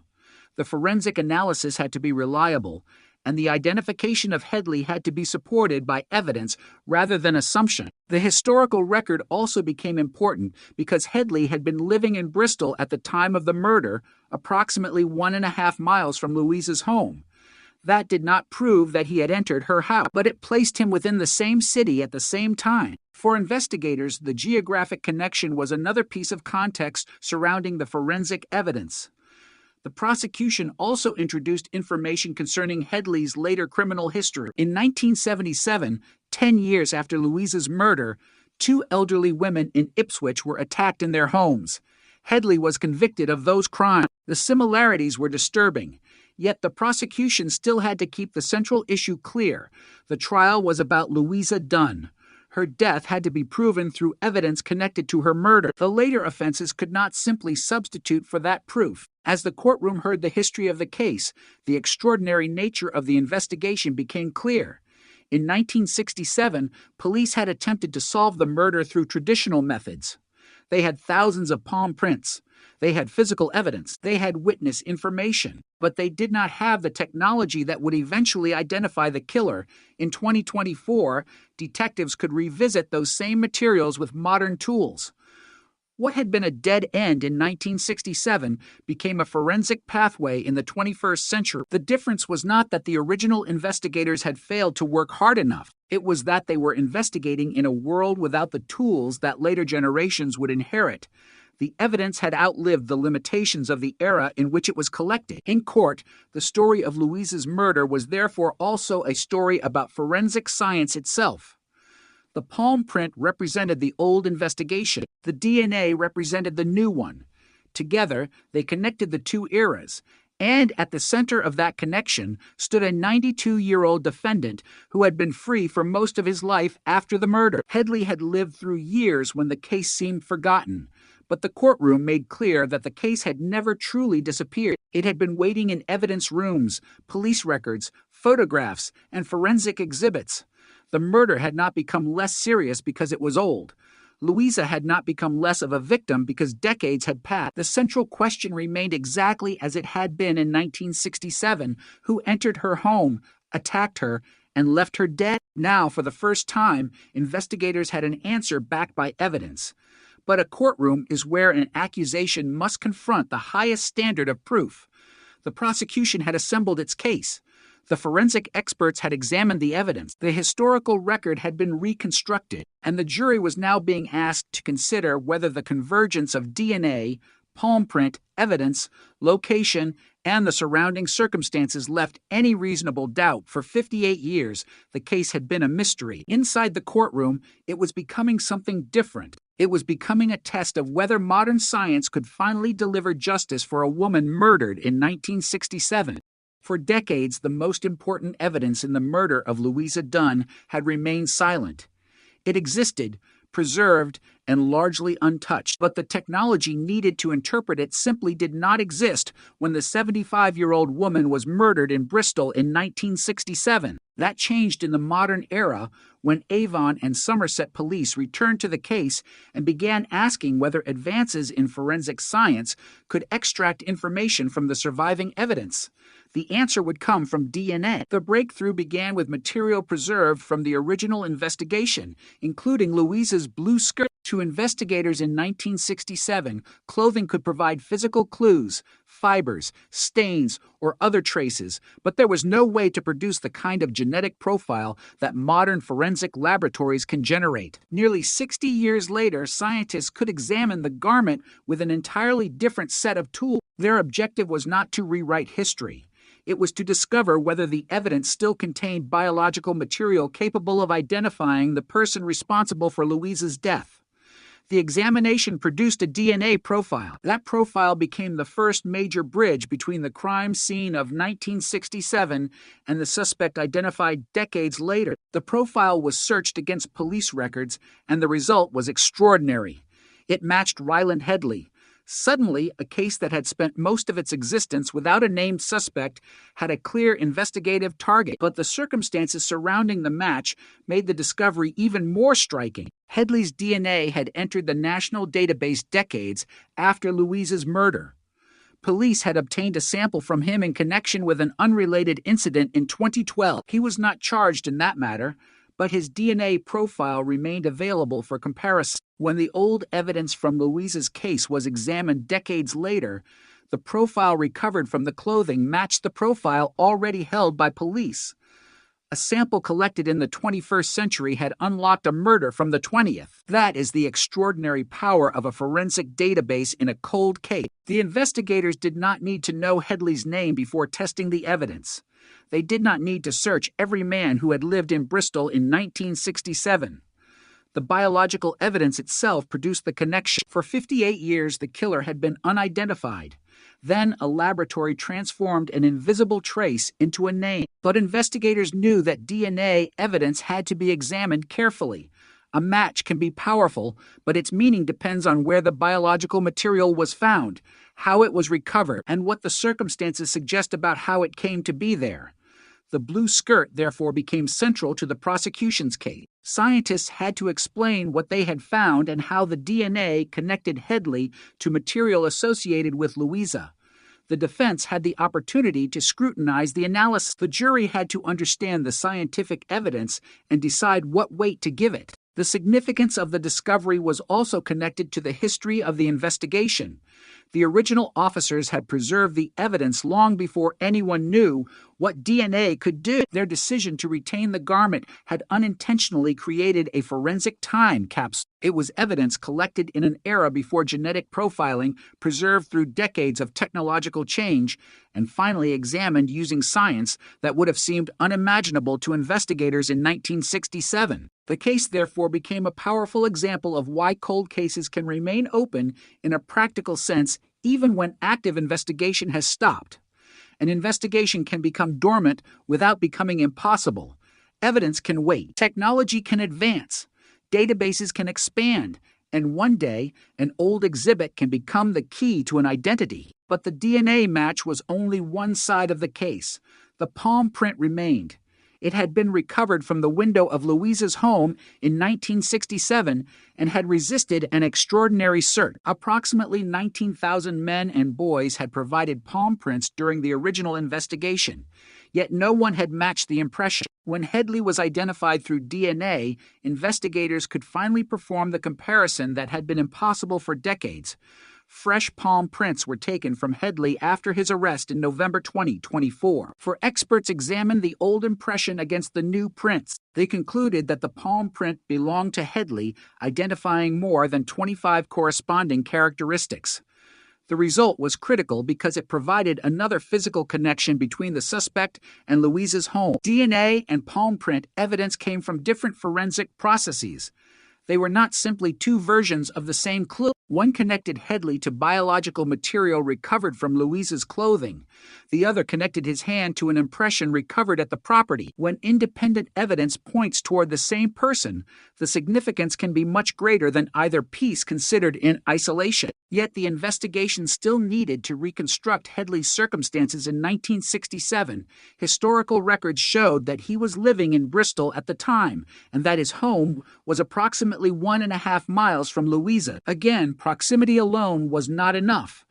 The prosecution could not argue that Headley was guilty merely because he lived nearby, but when proximity was considered alongside the DNA and palm print evidence, it became part of a larger chain of circumstances. The chain stretched from the crime scene to the laboratory, from the laboratory to the database, from the database back to the suspect, and from the suspect to the historical record of Bristol in 1967. It was a chain that had taken almost 6 decades to assemble. The story of the DNA match also exposed one of the cruelest realities of cold cases. The answer can exist without anyone knowing it. The killer can leave evidence behind and still escape identification because the technology needed to interpret that evidence does not yet exist. That was essentially what happened with Louisa's case. The evidence was there. The DNA was there.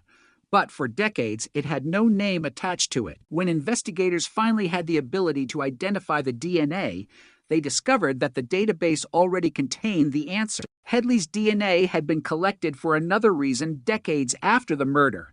That unrelated event ultimately became the mechanism through which the old crime was reopened. The discovery was shocking for investigators and devastatingly significant for Louisa's family. Her granddaughter had spent decades without knowing who was responsible. The family had no conviction to point to, no explanation to provide, and no certainty that justice would ever arrive. Now the investigation had identified a man who was still alive.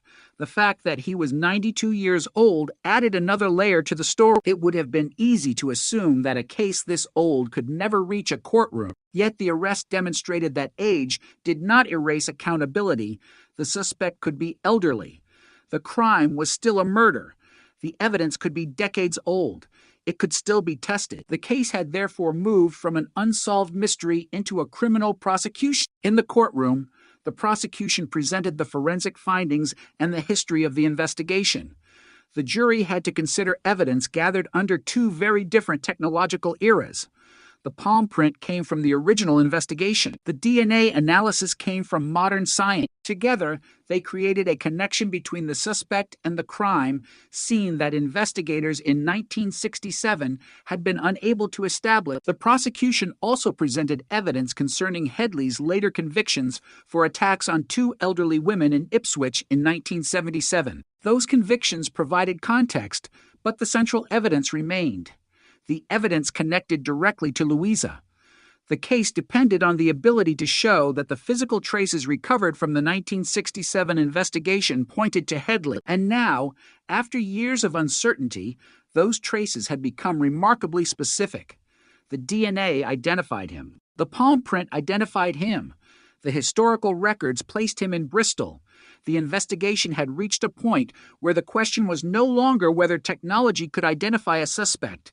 It had done so. The question was whether the entire evidential picture was sufficient to prove guilt beyond reasonable doubt. For Louisa's family, the wait had already lasted longer than most people could imagine. They had watched the years pass.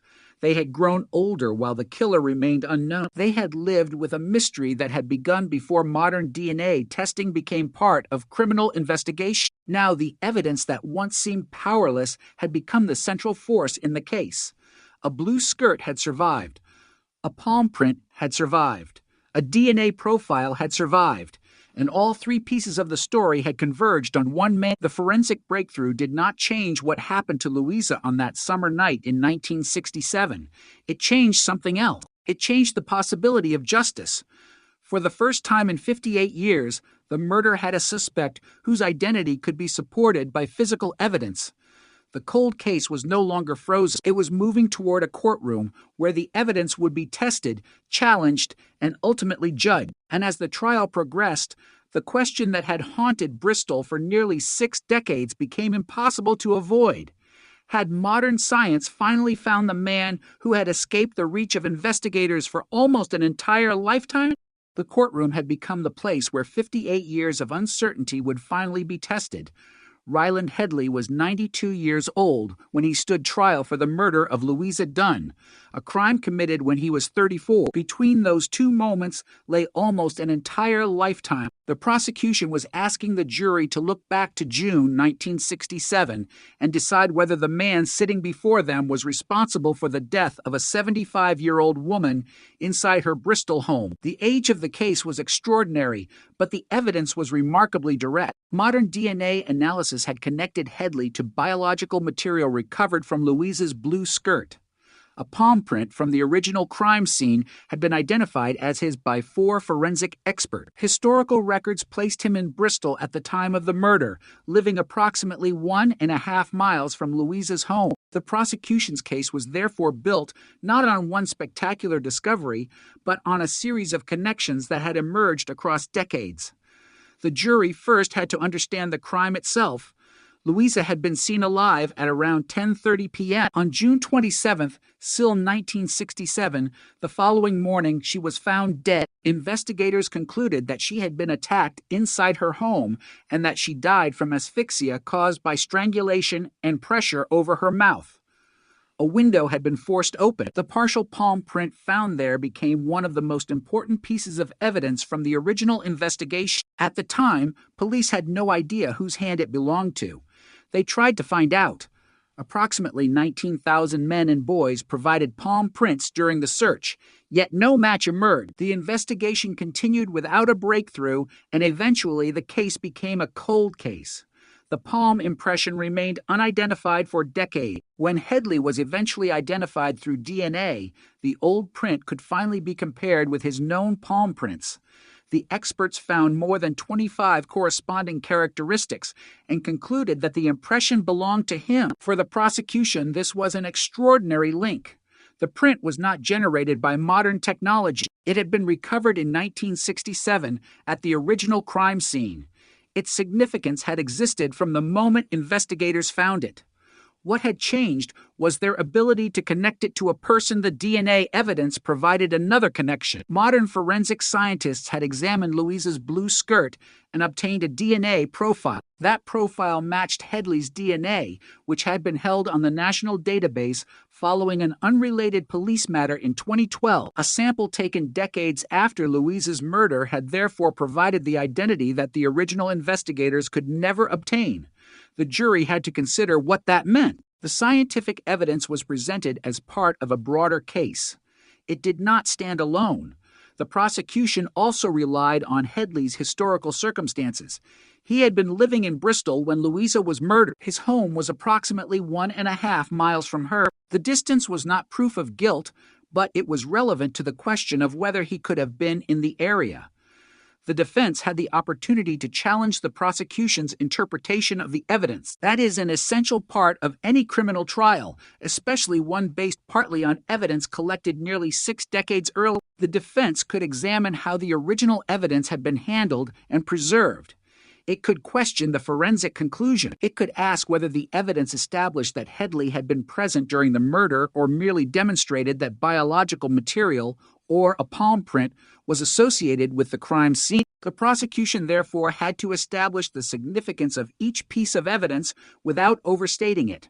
The jury had to consider not only what the evidence showed, but what it did not show. This was a case where the passage of time could not be ignored. A murder from 1967 had to be reconstructed using evidence collected by investigators who worked in a very different forensic environment. There were no modern DNA databases at the time. There were no contemporary digital records. There was no technology capable of producing the genetic identification that eventually pointed toward Headley. The original detectives had worked with the information available to them. They had collected the palm prints. They had preserved the clothing. They had documented the crime scene. In the end, those actions became the foundation of a prosecution almost 60 years later. One of the most striking elements of the trial was the age of the defendant. Headley was 92. The prosecution was therefore presenting evidence about a man who had been in his 30s when the crime occurred and was now an elderly defendant approaching the end of his life. But the age of a suspect does not change the legal question surrounding a historical murder. The jury was not deciding whether Headley was the same person he had been in 1967. They were deciding whether he had committed the crime. His age could not erase the evidence. It could not alter the palm print. It could not change the DNA profile, and it could not rewrite the historical record. The prosecution also introduced evidence relating to Headley's later criminal history. In 1977, 10 years after Louisa's murder, 2 elderly women in Ipswich were attacked in their homes. Headley was later convicted of those offenses. The similarities between those attacks and the circumstances surrounding Louisa's death were significant enough to become part of the prosecution's presentation. But the case still depended on the evidence from 1967. The later convictions could not simply establish guilt for Louisa's murder. The prosecution needed the jury to assess the direct forensic links to Louisa's case. Those links were the DNA and palm print. The historical location information strengthened the surrounding circumstances. The later offenses provided additional context about Headley. Together, the prosecution argued, the evidence formed a compelling picture. The defense position was tested against that picture. Could the DNA have another explanation? Could the palm print have been left under circumstances unrelated to the murder? Could the evidence be interpreted differently? Those questions had to be considered seriously. A conviction in a case this old could not rest on emotion. The jury had to be satisfied by the evidence. As testimony continued, the courtroom effectively became a bridge between 2 eras. Experts explained evidence recovered in 1967. Investigators described the modern review. Forensic specialists explained the DNA and palm print findings. Historical records placed the defendant in Bristol. The jury was being asked to travel backward through time, reconstructing events that had taken place before many of them were born. The case demonstrated the unique challenge of historical prosecution. The crime itself does not change, but the ability to investigate it does. In 1967, investigators could not perform a DNA comparison. In 2024, they could. In 1967, the palm print could not be matched. In 2024, investigators had a suspect whose prints could be compared. The same physical evidence had remained dormant while forensic technology evolved around it. For Louisa's family, the courtroom represented something they had not experienced for most of their lives, the public examination of the truth surrounding her death. The family had lived through decades of unanswered questions. Now the evidence was being spoken aloud. Louisa's name was no longer simply attached to an unsolved murder. Her story was being reconstructed before a jury. The defendant's name was being connected to the evidence, and the events of June 1967 were once again at the center of public attention. Yet even with the forensic evidence, the trial remained a serious legal process. The prosecution had to prove the charge beyond reasonable doubt. The defense had to be allowed to challenge the evidence. The jury had to consider all of the testimony before reaching a verdict. Nothing about the passage of 58 years removed that burden. If anything, the age of the case made the responsibility greater. The evidence had to be reliable. The chain of custody had to be established. The forensic conclusions had to be supported. And the jury had to decide whether the entire case formed a coherent and convincing explanation of what happened to Louise. As the trial moved toward its conclusion, the significance of the evidence became increasingly clear. The palm print that had frustrated investigators for generations now had an identified owner. The DNA that could not have been tested in 1967 had finally produced a match. The suspect identified through the DNA was the same man whose palm print experts linked to the crime scene. He had been living in Bristol at the time. He had later been convicted of offenses involving elderly women. None of these facts alone could tell the entire story. Together, they created a case that the jury had to weigh carefully, and after 58 years, the moment was approaching when the mystery would no longer belong only to investigators, police files, and family memory. It would be decided in court. The jury would have to answer the question that had remained unanswered since 1967. Was Ryland Headley responsible for the murder of Louisa Dunn? The evidence had survived nearly 60 years. Now it was waiting for the verdict. The most unsettling part of the Louisa Dunn case was not simply that a killer had escaped for 58 years. It was that the killer had apparently left behind the evidence that would eventually expose him. In 1967, those traces had been collected without anyone knowing how important they would become. Decades later, the same evidence would return to the center of a criminal trial. The first investigators could not see the future. They could only document what was in front of them. A 75-year-old woman was dead inside her home. A window had been forced. A palm print had been discovered. Clothing and other physical material had been collected. Every item represented a possibility, but none could immediately identify the offender. The palm print was especially frustrating because it seemed to promise an answer. If the hand belonged to the killer, then identifying its owner could potentially solve the murder. Police made an enormous effort. Approximately 19,000 men and boys provided palm prints during the investigation, yet the comparison produced no identification. The case remained open, but the trail appeared to have vanished. What investigators did not know was that the evidence itself would survive longer than the investigation's first generation of detectives. The blue skirt worn by Louisa became one of those surviving fragments. It was collected during the original inquiry and retained for decades. In 1967, scientists did not have the ability to use modern DNA profiling to identify an unknown offender from biological traces. The concept that a microscopic biological sample could eventually point directly toward a person would have seemed almost unimaginable. But forensic science continued to evolve. By the time detectives reopened Louisa's case in the 21st century, the same garment could be subjected to analysis using technology that had transformed criminal investigations around the world. Scientists recovered a DNA profile from the material associated with the skirt. The profile was searched against police databases. The result was a match to Ryland Headley. It was the moment the old investigation suddenly acquired a direction. For decades, detectives had asked, who could have committed the crime? Now they had a name. Headley's DNA had been placed on the national database following an unrelated police matter in 2012. He had not been charged in that incident, but the profile remained available for future comparisons.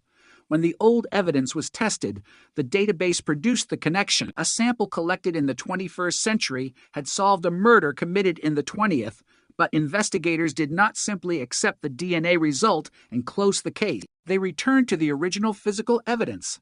The palm print from the window had been preserved. Now they had a suspect against whom it could be tested. After Headley's arrest in November 2024, police obtained his palm prints. For forensic experts examined the comparison. They identified more than 25 corresponding characteristics and concluded that the palm print recovered from Louisa's home belonged to Headley. The significance of this was enormous.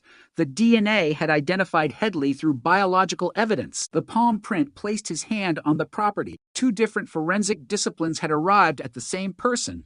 The evidence was no longer a collection of disconnected clues. It was beginning to form a coherent pattern, but the prosecution still needed to establish the circumstances surrounding Headley in 1967. Records showed that he was living in Bristol at the time of Louisa's murder, approximately 1.5 miles from her home. The geographic connection did not establish guilt by itself. It simply demonstrated that Headley was in the same city and within a realistic distance of the crime scene. When combined with the forensic evidence, however, it became another piece of the prosecution's case. The defense had to confront this combination of evidence. A 58-year-old case presented unusual challenges. Memories were limited. Historical records could be incomplete. The original investigators were no longer available. The physical scene had changed, but forensic evidence had survived. The defense could question its interpretation, yet the existence of the evidence itself could not simply be erased. The blue skirt had been collected in 1967. The palm print had been recovered from the window. Headley's DNA matched the biological material identified decades later. His palm prints matched the old impression. The prosecution, therefore, had evidence that connected the suspect to Louisa through two separate physical traces. The trial also examined Headley's later criminal history. 10 years after Louisa's murder, in 1977, two elderly women in Ipswich were attacked in their home. Headley was later convicted of those crimes. Their inclusion in the prosecution case created an uncomfortable historical parallel. The victims were elderly women. The attacks occurred in their homes. The crimes took place after Louisa's murder. The prosecution argued that this history was relevant to the jury's assessment of the case, while the defense was entitled to challenge the significance of those previous convictions. The central question remained Louisa's murder. The court could not convict Headley simply because he had committed other crime. The evidence relating to Louisa had to stand on its own. That evidence brought the jury back to the physical reality of the original crime scene. A woman had died in her home. The killer had entered. The investigation had found a palm print. The clothing had been preserved. The evidence had been placed into police custody. Then the case went cold. The remarkable feature of the investigation was that the evidence had not become irrelevant. It had simply become dormant. Cold case detectives often inherit this strange kind of history. They do not walk into a fresh crime scene. They walk into a crime scene that exists only through photographs, reports, stored exhibits, archived statements, and old forensic findings. Their job is to determine whether modern science can make the old evidence speak again. In Louisa's case, it did. The blue skirt became a source of DNA. The old palm print became identifiable. The database provided a name. The investigation had effectively traveled through time. The first investigators had collected evidence for reasons they understood. The modern investigators used it for reasons that could not have been predicted. That continuity was central to the prosecution's case. The evidence was not newly created. It was old evidence examined with new methods. For the jury, the challenge was to understand how these methods worked and what conclusions could legitimately be drawn. Forensic evidence can appear almost magical when presented as a simple match, but behind every result are procedures, controls, comparisons, and expert interpretation. The prosecution had to explain those processes clearly. The defense had the right to challenge them. The jury had to determine whether the evidence was reliable. The age of the case made those questions especially important, yet the passage of time also made the forensic results extraordinary. The DNA profile had survived. The palm print had survived. The original investigation had preserved the physical traces. In many cold cases, crucial evidence is lost, degraded, contaminated, or destroyed. Here, Enough survived to allow modern investigators to reconstruct a connection that had remained hidden since 1967. The case also demonstrated how unrelated events can eventually become connected through forensic databases. Headley's DNA had been collected in 2012, decades after Louisa's murder. At the time, there was no reason to believe that sample would eventually solve one of Britain's oldest unsolved murder cases. Yet the database created a possibility that did not exist in 1967. When the old DNA profile was generated, investigators could search beyond the original suspects. They could compare the evidence against a much larger pool of known profiles. That search produced Headley. The man who had once been invisible to the investigation became visible because the technology of the modern era had changed the meaning of evidence collected in the past. The case had therefore become more than a murder investigation. It had become a demonstration of how forensic science can alter the lifespan of a criminal investigation. The physical evidence does not necessarily expire simply because the calendar moves forward. A palm print can remain valuable for decades. A biological trace can remain capable of producing a genetic profile. A police database can preserve the identity needed to connect the two. That is precisely what happened here. For Louisa's family, however, the science could never be separated from the person at its center. She was not a forensic exhibit. She was a 75-year-old woman who had been killed inside her home. Her family had spent decades carrying the consequences. They had no answer when people asked what had happened. They had no name for the person responsible. They had no courtroom conclusion. The discovery of Headley's identity changed that. It did not bring Louisa back. It did not erase the violence she suffered, but it gave the family something that had been absent for almost 60 years, an explanation supported by evidence. As the trial moved closer to its final stages, the jury had heard how the investigation began, how it failed to identify the killer, how the evidence survived, and how modern forensic science eventually connected it to Headley. The old palm print had finally been identified. The DNA profile had finally produced a name. The historical records had confirmed Headley was living in Bristol at the time. The evidence surrounding his later convictions had also been placed before the court. The case was no longer an unsolved mystery. It had become a question of proof. The evidence had spoken after 58 years. Now the jury had to decide whether it had spoken clearly enough. For the first time since June 1967, the murder of Louisa Dunn was no longer confined to old police files, fading memories, and evidence stored away for decades. It was being examined in a courtroom. The photographs, forensic exhibits, historical records, and testimony were no longer pieces of a forgotten investigation. They were evidence in a murder trial involving a 92-year-old defendant. Every detail had to withstand scrutiny. Every conclusion had to be tested, and every piece of evidence had to be considered against the central question: had Ryland Headley been the man responsible for Louisa's death? The prosecution's case rested heavily on evidence that had survived almost 60 years. The DNA recovered from Louisa's blue skirt had identified Headley. The palm print recovered from the window of her home had also been identified as his. Historical records placed him in Bristol at the time of the murder, living roughly 1.5 miles away. Those facts created an extraordinary forensic connection, but the courtroom demanded more than an extraordinary story. It demanded proof. The prosecution, therefore, took the jury back to the beginning. Louisa Dunn was 75 years old.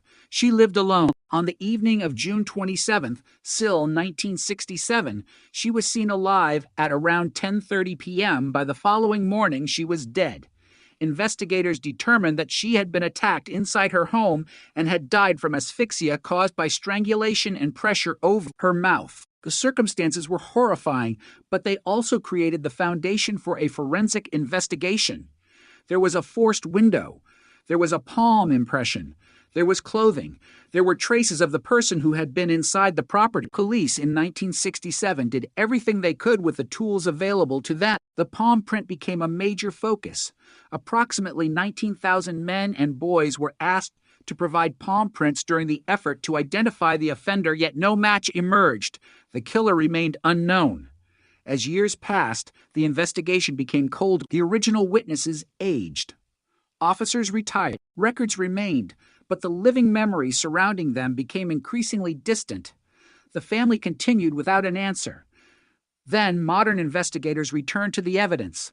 The blue skirt became one of the most important exhibits. Scientists examined material from the garment and obtained a DNA profile. That profile was compared with police databases and matched Rylan Headley. It was a breakthrough that instantly changed the direction of the case. But the prosecution still had to demonstrate what the DNA meant. The jury heard how Headley's profile had entered the national database after an unrelated police matter in 2012. The significance was striking. Headley had not been identified because a detective remembered seeing him in Bristol in 1967. He had not been identified because a witness suddenly came forward. His identity emerged because modern forensic analysis found a DNA profile in the old evidence and matched it to a profile already held by police. The technology had effectively created a bridge between two moments separated by almost half a century. Yet the prosecution had another bridge. The palm print. When Headley was arrested in November 2024, specialists obtained his palm prints and compared them with the old impression from Louisa's home. For experts concluded that the impression belonged to Headley. More than 25 corresponding characteristics were identified for the jury. This meant that the old crime scene contained a physical mark that matched the defendant. It was not a new piece of evidence generated after the arrest. It was a trace recovered in 1967. The identity attached to it had changed, but the mark itself had remained. This distinction was crucial.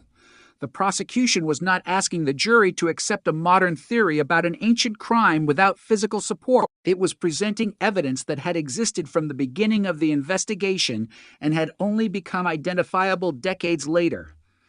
The defense had to confront that reality. The age of the evidence created opportunities for challenge. How had the palm print been preserved?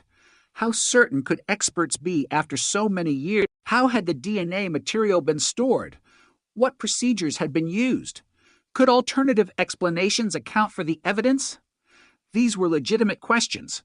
The jury was not expected to treat forensic science as infallible. Instead, they had to evaluate the evidence presented by the experts and decide whether it met the legal standard. The prosecution also had to place Headley in the correct historical context. Records showed that he was living in Bristol when Louisa was murdered. His home was approximately 1.5 miles from her. The geographical connection was not presented as proof by itself. It was part of the circumstances surrounding the forensic evidence. If the DNA connected Headley to material from Louisa's clothing and the palm print connected his hand to the window, his presence in Bristol provided the historical context in which those connections could have occurred. The jury also heard about Headley's later convictions. In 1977, 2 elderly women in Ipswich were attacked in their home. Headley was subsequently convicted of those offenses. The prosecution argued that the evidence was relevant, while the defense was entitled to challenge its interpretation. The later convictions were disturbing because they involved elderly women and occurred 10 years after Louisa's murder. But the court still had to distinguish between evidence of other offenses and evidence directly relating to Louisa. The murder charge could not be proven simply by showing that Headley had committed crimes in 1977. The prosecution's case remained anchored to the forensic evidence from 1967. That distinction became especially important because the case had the potential to generate enormous emotion. A 75-year-old woman had been murdered in her home. Her family had waited for decades. The defendant was 92 years old. The story itself was powerful. But the jury had to make a decision based on evidence, not emotion. The courtroom, therefore, became a place where history and forensic science collided. Experts examined traces that had survived since the 1960s. Lawyers debated what those traces demonstrated. Historical records were used to reconstruct the defendant's circumstances, and the jury had to determine whether all of these elements pointed to the same conclusion. The trial also revealed the unusual nature of cold case prosecution. A conventional murder trial often begins with a recent crime scene, living witnesses, current records, and investigators who can describe their actions directly. This case was different. Much of the story had already happened before modern investigators were born or before they entered policing. The original crime scene existed only through documentation and preserved exhibit. The passage of time had removed many of the people who could have described it firsthand. Yet the evidence itself had survived. That survival became one of the central themes of the prosecution's case. The evidence had waited longer than the people. The palm print had waited. The DNA had waited. The records had waited. Louisa's family had waited. And now, all of those elements had converged in one courtroom. The prosecution argued that the combined evidence was compelling. The defense challenged the interpretation. The jury listened. Outside the courtroom, the case attracted attention because of the extraordinary length of time involved. A murder committed in 1967 had finally produced a defendant in the 2020 S. The suspect was 92. The victim had been dead for 58 years. The investigation had crossed generations. It was the kind of case that demonstrated how a cold case can suddenly become active again when science, databases, and preserved evidence converge. But for the Dunn family, there was nothing abstract about the passage of time. Louisa's granddaughter had grown up knowing that her grandmother had been murdered and that no one had been held responsible.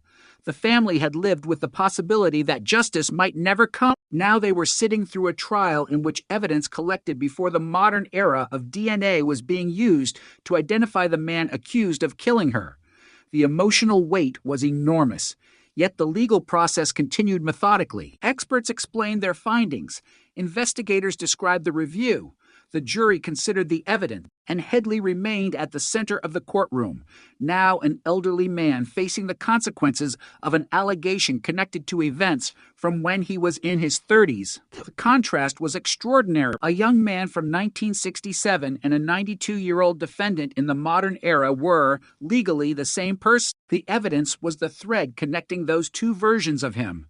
The palm print belonged to the hand he had in 1967. The DNA belonged to the man identified decades later. The records showed where he had lived, and the later criminal convictions formed part of the history the jury was asked to consider. For 58 years, the question had remained unanswered. Now, after days of evidence and argument, the case was approaching its decisive moment. The jury would have to examine everything they had heard and determine whether the prosecution had proven its case beyond reasonable doubt. There would be no opportunity to return to 1967, no opportunity to ask Louisa what she saw, no opportunity to question the original investigators in person. The decision had to be made from what survived, and what survived was enough to bring the case this far. The palm print, the DNA, the historical record, the forensic analysis, the evidence from later years, all of it now stood before the jury. The past had finally been given a voice, and soon the jury would decide whether that voice was strong enough to deliver a verdict. The courtroom had heard the evidence. The forensic experts had explained the discoveries. The historical records had placed Ryland Headley in Bristol in 1967. The old palm print had finally been identified. The DNA recovered from Louisa Dunn's clothing had produced a match. Now the decision belonged to the jury. After 58 years, the question that had remained unanswered since the summer of 1967 was no longer being asked by detectives alone. It was being asked inside a court of law, where the answer would determine whether a 92-year-old man would be held responsible for the murder of a 75-year-old woman. The case had begun with a violent death inside a home in Bristol. It had continued through decades of failed comparisons and unanswered questions. It had survived the retirement of investigators, the disappearance of witnesses, and the passage of generations. Now every surviving piece of evidence had been brought together. The jury had heard how Louisa was seen alive at around 10:30 p.m. on June 27th, still 1967. They had heard that she was found dead the following morning. They had heard the medical evidence showing that she died from asphyxia caused by strangulation and pressure over her mouth. They had heard about the forced window and the partial palm print discovered at the property. They had heard about the extraordinary effort to identify that print, including the collection of palm prints from approximately 19,000 men and boys, and they had heard that the search had failed. For decades, the palm print had remained unidentified. Then modern forensic science changed the case. Investigators reviewing the murder examined preserved evidence from the original investigation.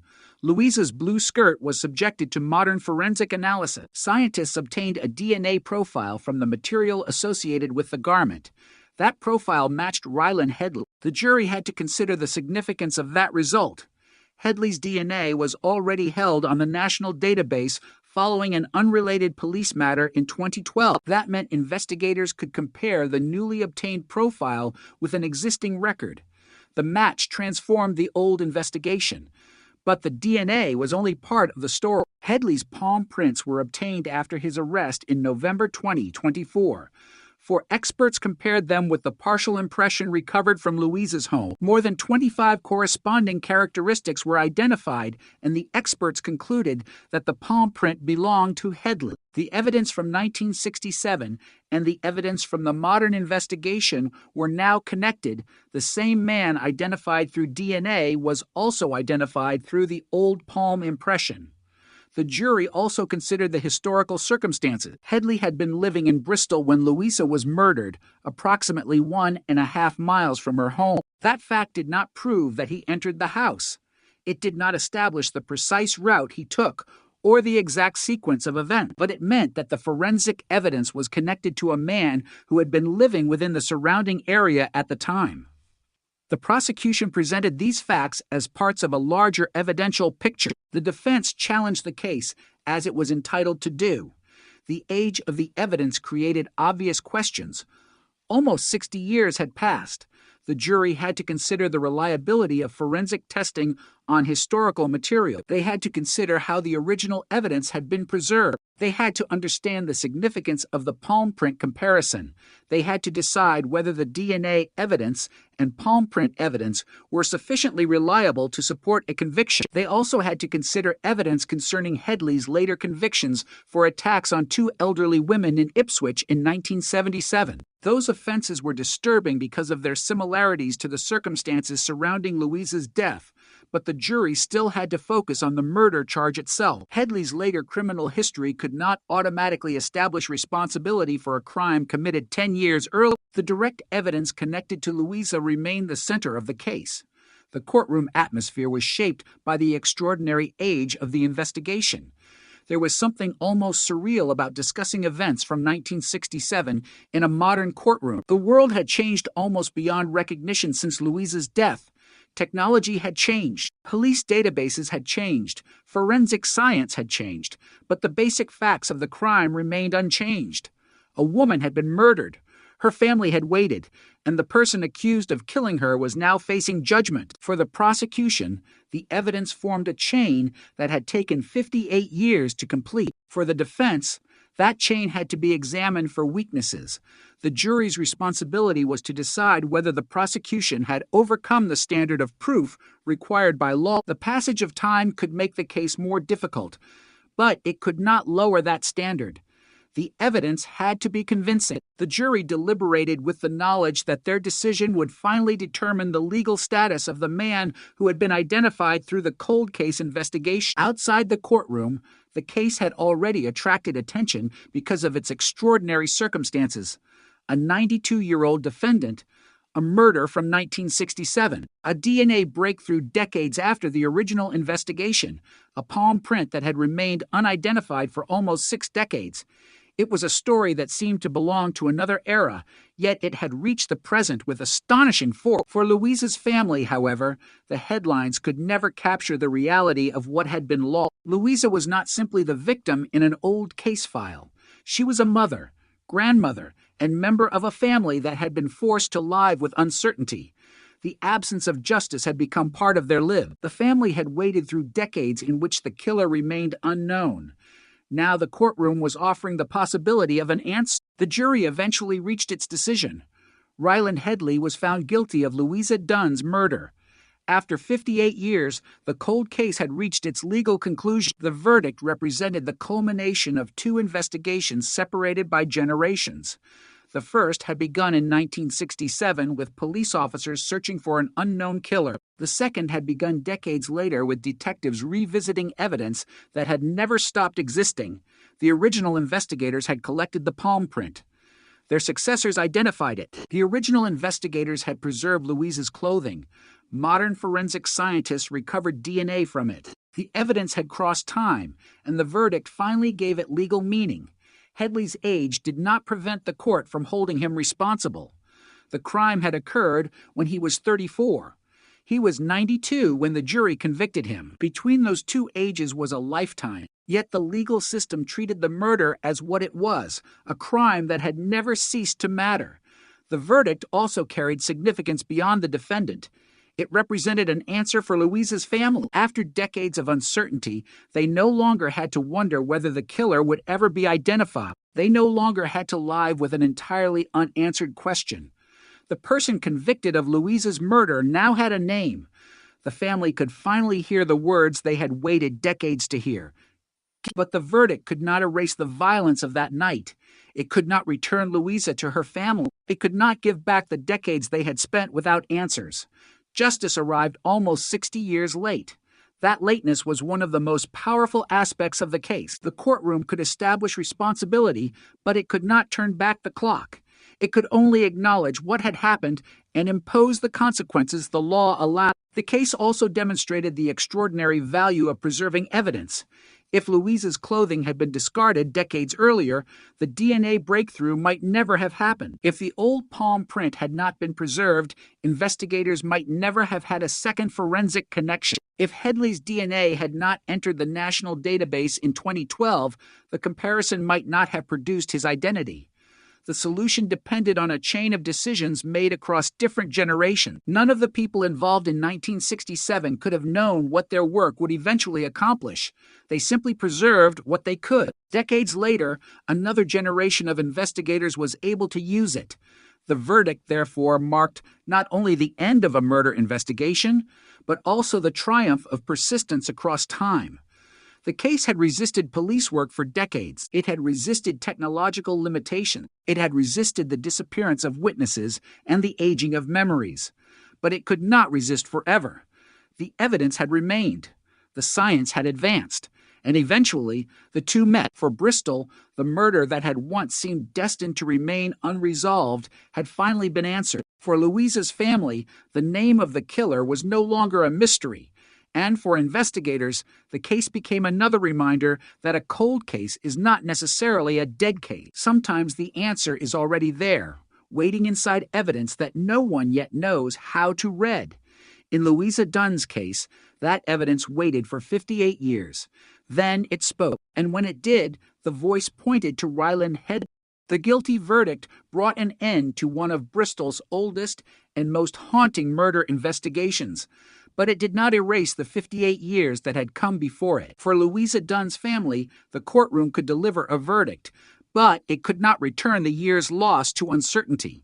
It could not restore the woman who had been taken from them in 1967. It could not give the family back the ordinary moments they might have shared with a grandmother, mother, and loved one who should have lived far beyond that summer night. What the verdict could do was something that had seemed almost impossible for most of their lives. It could finally establish in a court of law who was responsible for Louisa's death.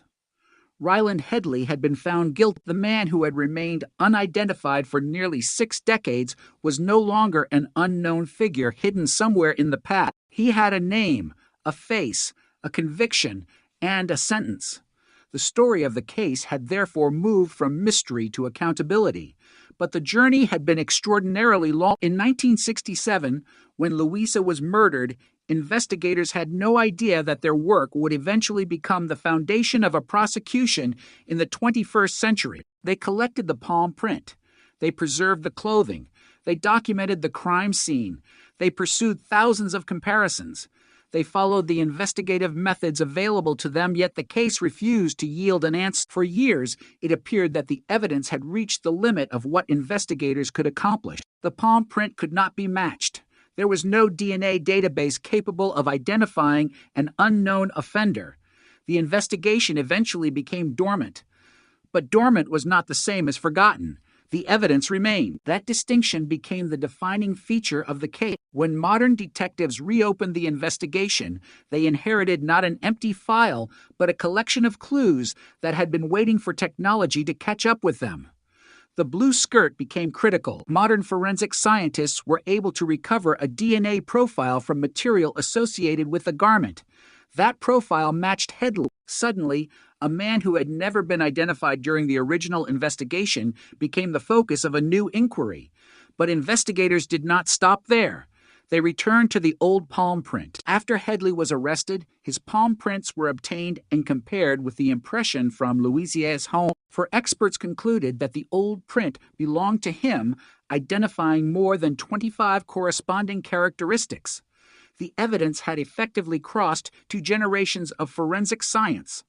The palm print represented the original investigation. The DNA represented modern technology. Together, they connected Headley to the crime seen through separate physical traces.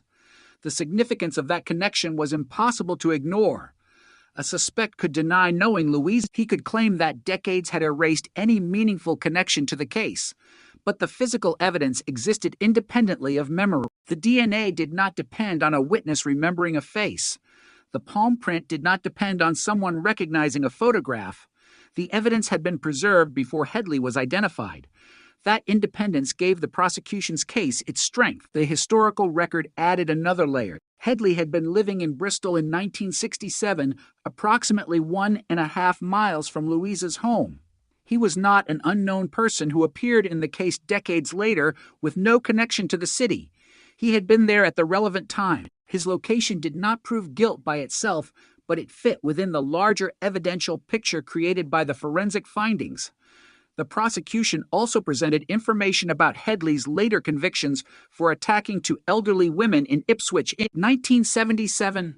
Those crimes occurred 10 years after Louisa's murder. The similarities were deeply disturbing, but the court still had to focus on the specific evidence relating to Louisa. The conviction ultimately rested on the case presented concerning her death. The later offenses formed part of the broader history considered during the proceedings, but they could not simply substitute for proof of the murder. The verdict therefore represented more than a judgment about Headley's past. It represented a judgment about the evidence that connected him to Louisa. The DNA, the palm print, the historical circumstances, the investigation, the forensic analysis, all of it had been placed before the jury. After considering the evidence, the jury found him guilty. The significance of the verdict was particularly powerful because of Headley's age. He was 92. When Louisa was murdered, he had been 34. The difference between those 2 ages represented nearly an entire lifetime, yet the law had followed the evidence across that lifetime. The defendant's age did not erase the crime. The passage of time did not make Louisa's death less serious. The fact that many decades had passed did not transform the murder into a historical curiosity. It remained a criminal act, and the court ultimately held the person responsible accountable. The case also raised an uncomfortable question about how long justice can take. 58 years is longer than the average human lifetime. Many people who knew Louisa never lived to see the investigation solved. Some of the original investigators would never know that their evidence eventually became decisive. Witnesses who might have remembered the neighborhood in 1967 were gone. The world that surrounded Louisa had disappeared, but the evidence remained. This is one of the most powerful lessons from the case. Time can destroy memory, but it does not always destroy physical evidence. A piece of clothing can survive, a print can survive, a photograph can survive, a database can survive, and sometimes those surviving fragments are enough to reconstruct a truth that everyone once believed was lost. The investigation also demonstrated the importance of modern cold case units and forensic review. The breakthrough did not come from a sudden confession or a dramatic witness appearing at a police station. It came from detectives deciding that an old case deserved another examination. They looked at evidence collected decades earlier and asked whether technology could now reveal something that earlier investigators could not. That question changed the case. The DNA profile was not waiting for someone to discover a hidden note or secret confession. It was waiting for science to become capable of reading it. The same was true of the palm print. The impression had been visible since 1967. What was missing was the ability to connect it to the person eventually identified through the DNA. Once Headley was known, the old print became significant again. The case therefore illustrates a crucial principle in forensic investigation. An old clue can become a new clue when circumstances change. The evidence does not necessarily need to be new. Sometimes the investigator's ability to interpret it is what changes it. For Louisa's family, however, the scientific breakthrough had an emotional meaning that no forensic report could capture. They had waited through decades in which the killer remained unknown. There had been no courtroom, no verdict, no certainty, only a family trying to understand why Louisa had been attacked and who could have done it. The discovery of Headley's identity did not heal every wound, but it removed one of the most painful forms of uncertainty. They now knew who had been convicted of killing her. That knowledge could become part of how the family remembered Louisa. Instead of telling future generations only that she had died in an unsolved murder, they could tell them that investigators eventually found the evidence and that the court eventually delivered a verdict. The case had an ending, even if it was an ending that arrived unimaginably late. The sentence imposed after the conviction carried its own significance. Headley was sentenced to life imprisonment, with the court reflecting the gravity of the murder and the circumstances surrounding it. The sentence could not recreate the life Louisa should have had. It could only represent the legal consequence of the conviction. Headley had lived as a free man for decades after the crime. Now, at 92, his remaining years would be shaped by the judgment. The contrast was stark. Louisa had been denied the rest of her life in 1967. Headley had been allowed to live through nearly 6 more decades before the evidence finally caught up with him. That contrast is one of the most haunting elements of the story. Justice had not been swift. It had not been immediate. It had not arrived while the crime was still fresh. It arrived when the defendant was an old man and the murder had become part of British criminal history. Yet the verdict demonstrated that justice can sometimes survive the passage of time. The case also became a reminder to investigators and families of other unsolved victims that evidence should never be dismissed simply because it is old. A case can be decades old and still contain answers. A garment can still contain DNA. A fingerprint can still be compared. A database can still produce a match. Technology can transform what investigators once considered a dead end. Louisa's murder had been investigated in an era when forensic science had limitations that modern investigators rarely face.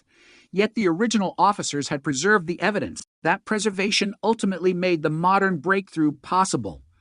The chain began with a murder in 1967.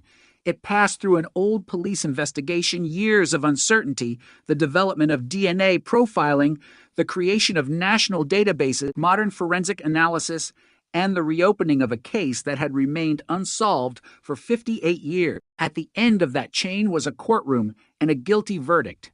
But perhaps the most haunting fact remained the simplest. The killer had never truly escaped the crime scene.